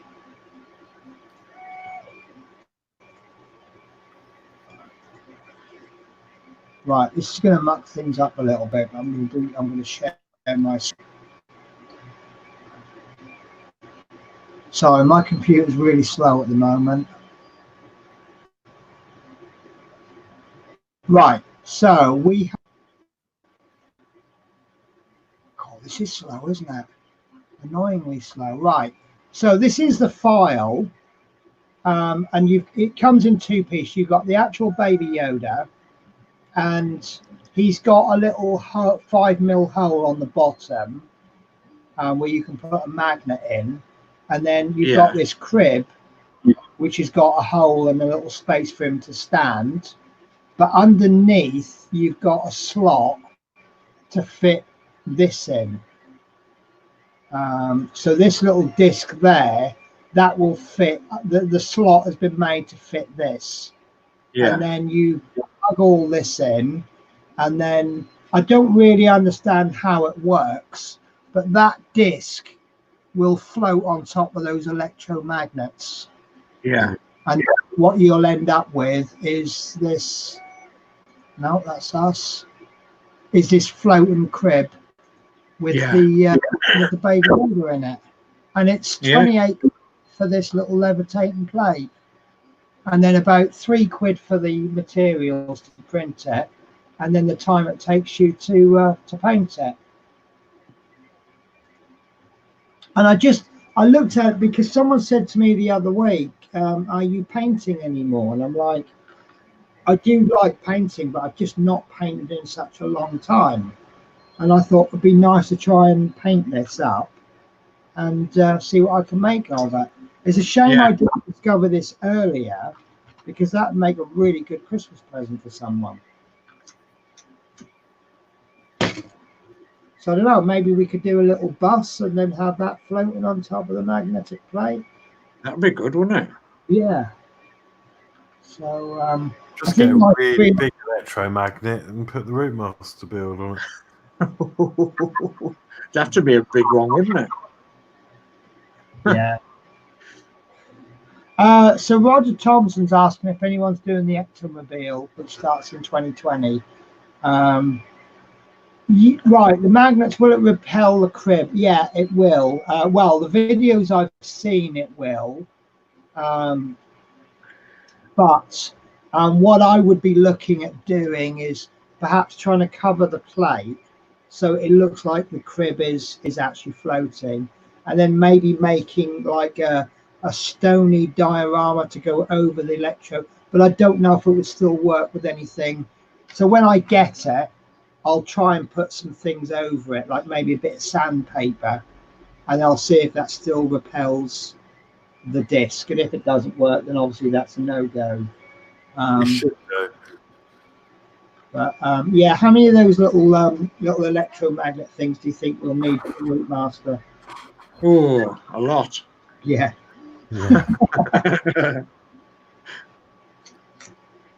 But no, that electromagnet thing, it's something completely new for me. It's something I've never played with. And I've got something to show Horlicks. I think I've already shown him it, actually. I finally got round to buying my new toy. Oh, yeah. It's brilliant. You told me when I phoned you, didn't I? Yesterday. Yeah. Did you know you can test two things at once, as long as you put them in the right slots? No. Let me show you. So, for those that do not know, this is a circuit tester, a something tester. Component tester. Component tester. So,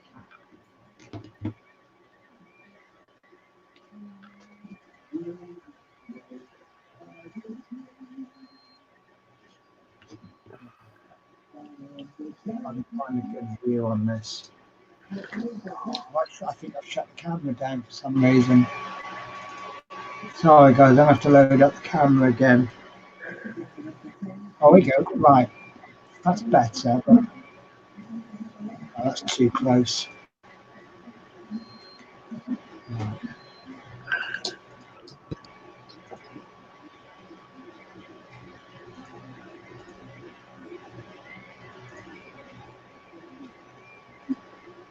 Right, there we go. I'll just put autofocus on. So I know this is obvious what this is, but so right, no parts of. So you've got numbers along there, 1, 2, 3, 1, 1, 1. So you have to connect up. Oh, this autofocus isn't a good idea. Let me change the focus to fixed. You know I don't get on with autofocus for some reason. Right. So you have to connect up two different numbers. So if we pop this into the 1 and the 3, like so, and clamp it down, hit the button, you see the light coming on. It tells us it's a diode. I don't know what the VF 1.98 is. But it also tells us connected from, should say, yeah, 1 to 3. So it tells us it's in the 1 to 3 slots. So if you then get Where's my scissors gone? I think I threw them away because they were useless. I've got a. Oh, there we go. Right. So if I get a resistor and I plug that in, let's go 2 to 1.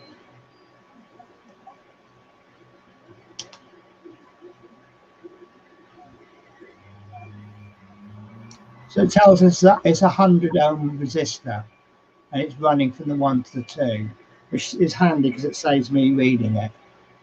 So, but if I put in, so I'm just going to pick this up and do it. 2 and 3. Right, so I've clamped in a bulb and a resistor.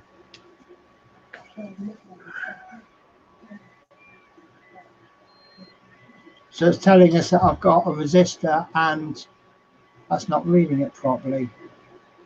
Okay, I don't think it can do a bulb and a resistor. Let's do two resistors. Why you would test more than one, I don't know, but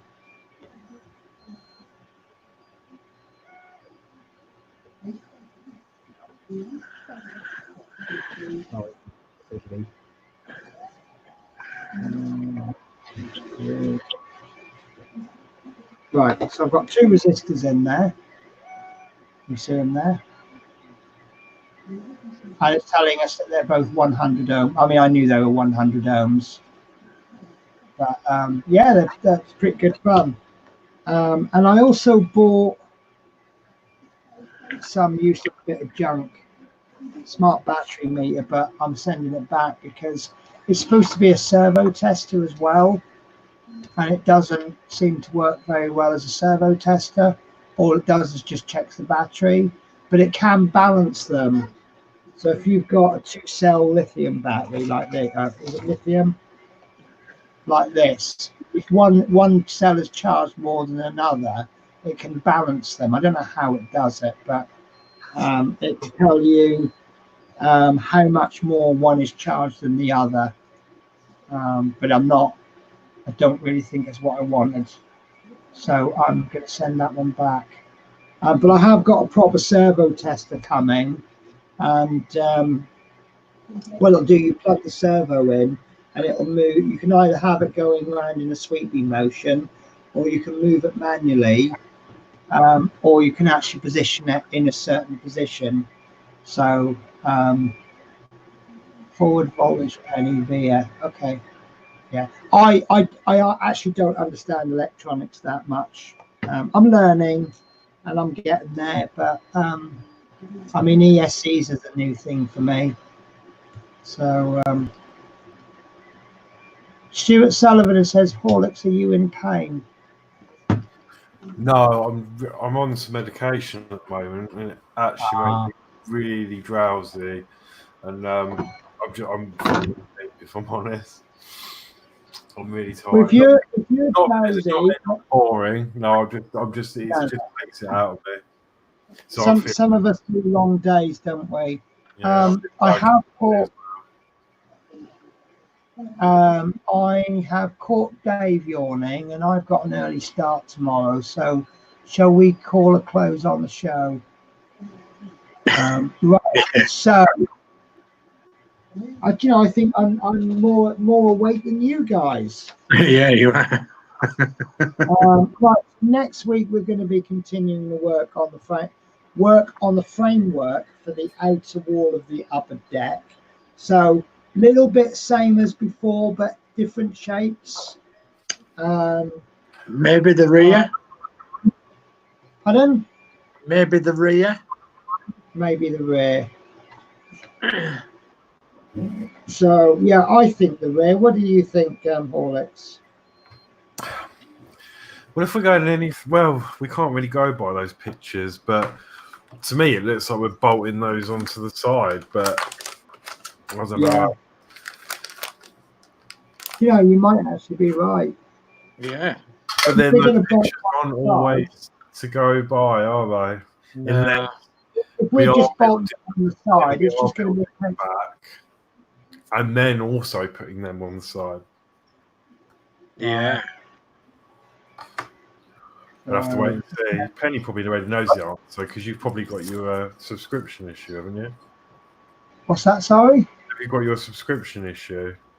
I haven't got my subscription issue yet. Oh, so you can't even have a peek? No. I normally I get them. I used to get them the Monday before the first one was due out, so it meant that I would have got them 2 days ago. But they're coming about a week to 2 weeks. I think last time round it was not quite so late as they had been. So possibly next week. I could do a quick search on my account if you really want. No, it doesn't. I just thought you might have. No, I'm not quite curious, but if they're doing this warehouse move thing, it could be that they could come later than normal.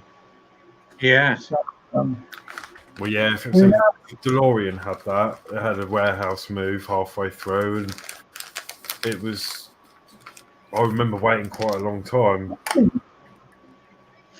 Right, my last issues are allocated 15th of November. So 1, 2, 3. Right. So if they're going 4 weeks from the last subscription, they'll be due to be allocated this coming Friday, which then means, in my experience, they will be here around about the beginning, just before Christmas. So maybe just after Christmas, taking into account the post. Yeah. So, yeah, I'm not expecting to see them this side of Christmas. So would be nice, but because according to my Google Calendar, they should have been allocated last Friday, which means I would expect them this coming Monday or Tuesday. Some people get them Saturday. So if they're 2 weeks late, that will take us to between Christmas and New Year. So yeah, I'm not expecting them at all this year.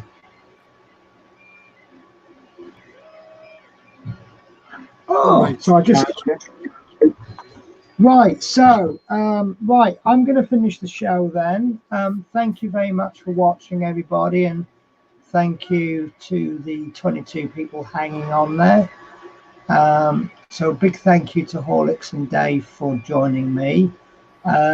So I'm going to let you guys say your goodbye. Should we do the usual, go around clockwise, starting with Horlicks? Yeah, okay. So yeah, thank you very much. Yeah, nice to be back. Sorry I've been a bit distant, but I'm on some medication and it's quite new, and it's taking it out of me, and especially working long days as well. I have to be quite picky about when I can take it. So obviously I have to take it in the evenings, and it finishes me off by this sort of time. So I shall sleep well tonight. But anyway, thank you. Thanks for watching, and I'll see you on the next stream. And I'll just say thanks for Horlicks for coming on tonight, for making the show, and putting me to shame, really. And no. I mean, I've been stepping into your shoes for a little while now, and it's such a difficult job, and you make it so easy. You really do. So thank you for doing that, Horlicks. Thanks for coming back. We really appreciate it. So I'll bid everybody a good night. Thanks for joining us. Give Penny a good thumbs up. Not one of them. A thumbs up. And we'll see you all on the next stream. Good night now. What is it World of Wayne says? Only stupid people hit the dislike button. Yeah. Or something like that it says. Before I close, I don't really like doing personal messages on a stream, but P40, I went to WH Smith's this morning they've got a load of issues in, and it looks like they've now started to do the two issues a week subscription. So I think I got to go in again next week and pick up all the extra issues. But it looks like you've got 3 or 4 back issues plus issue 94 and 95. So it looks like we've just got to sort the rest of the back issues out, and then you'll get your issue every week as well. So right, guys, so you take care. Myself and hopefully Horlicks will be on Saturday to do the last stage of the steering on the tractor.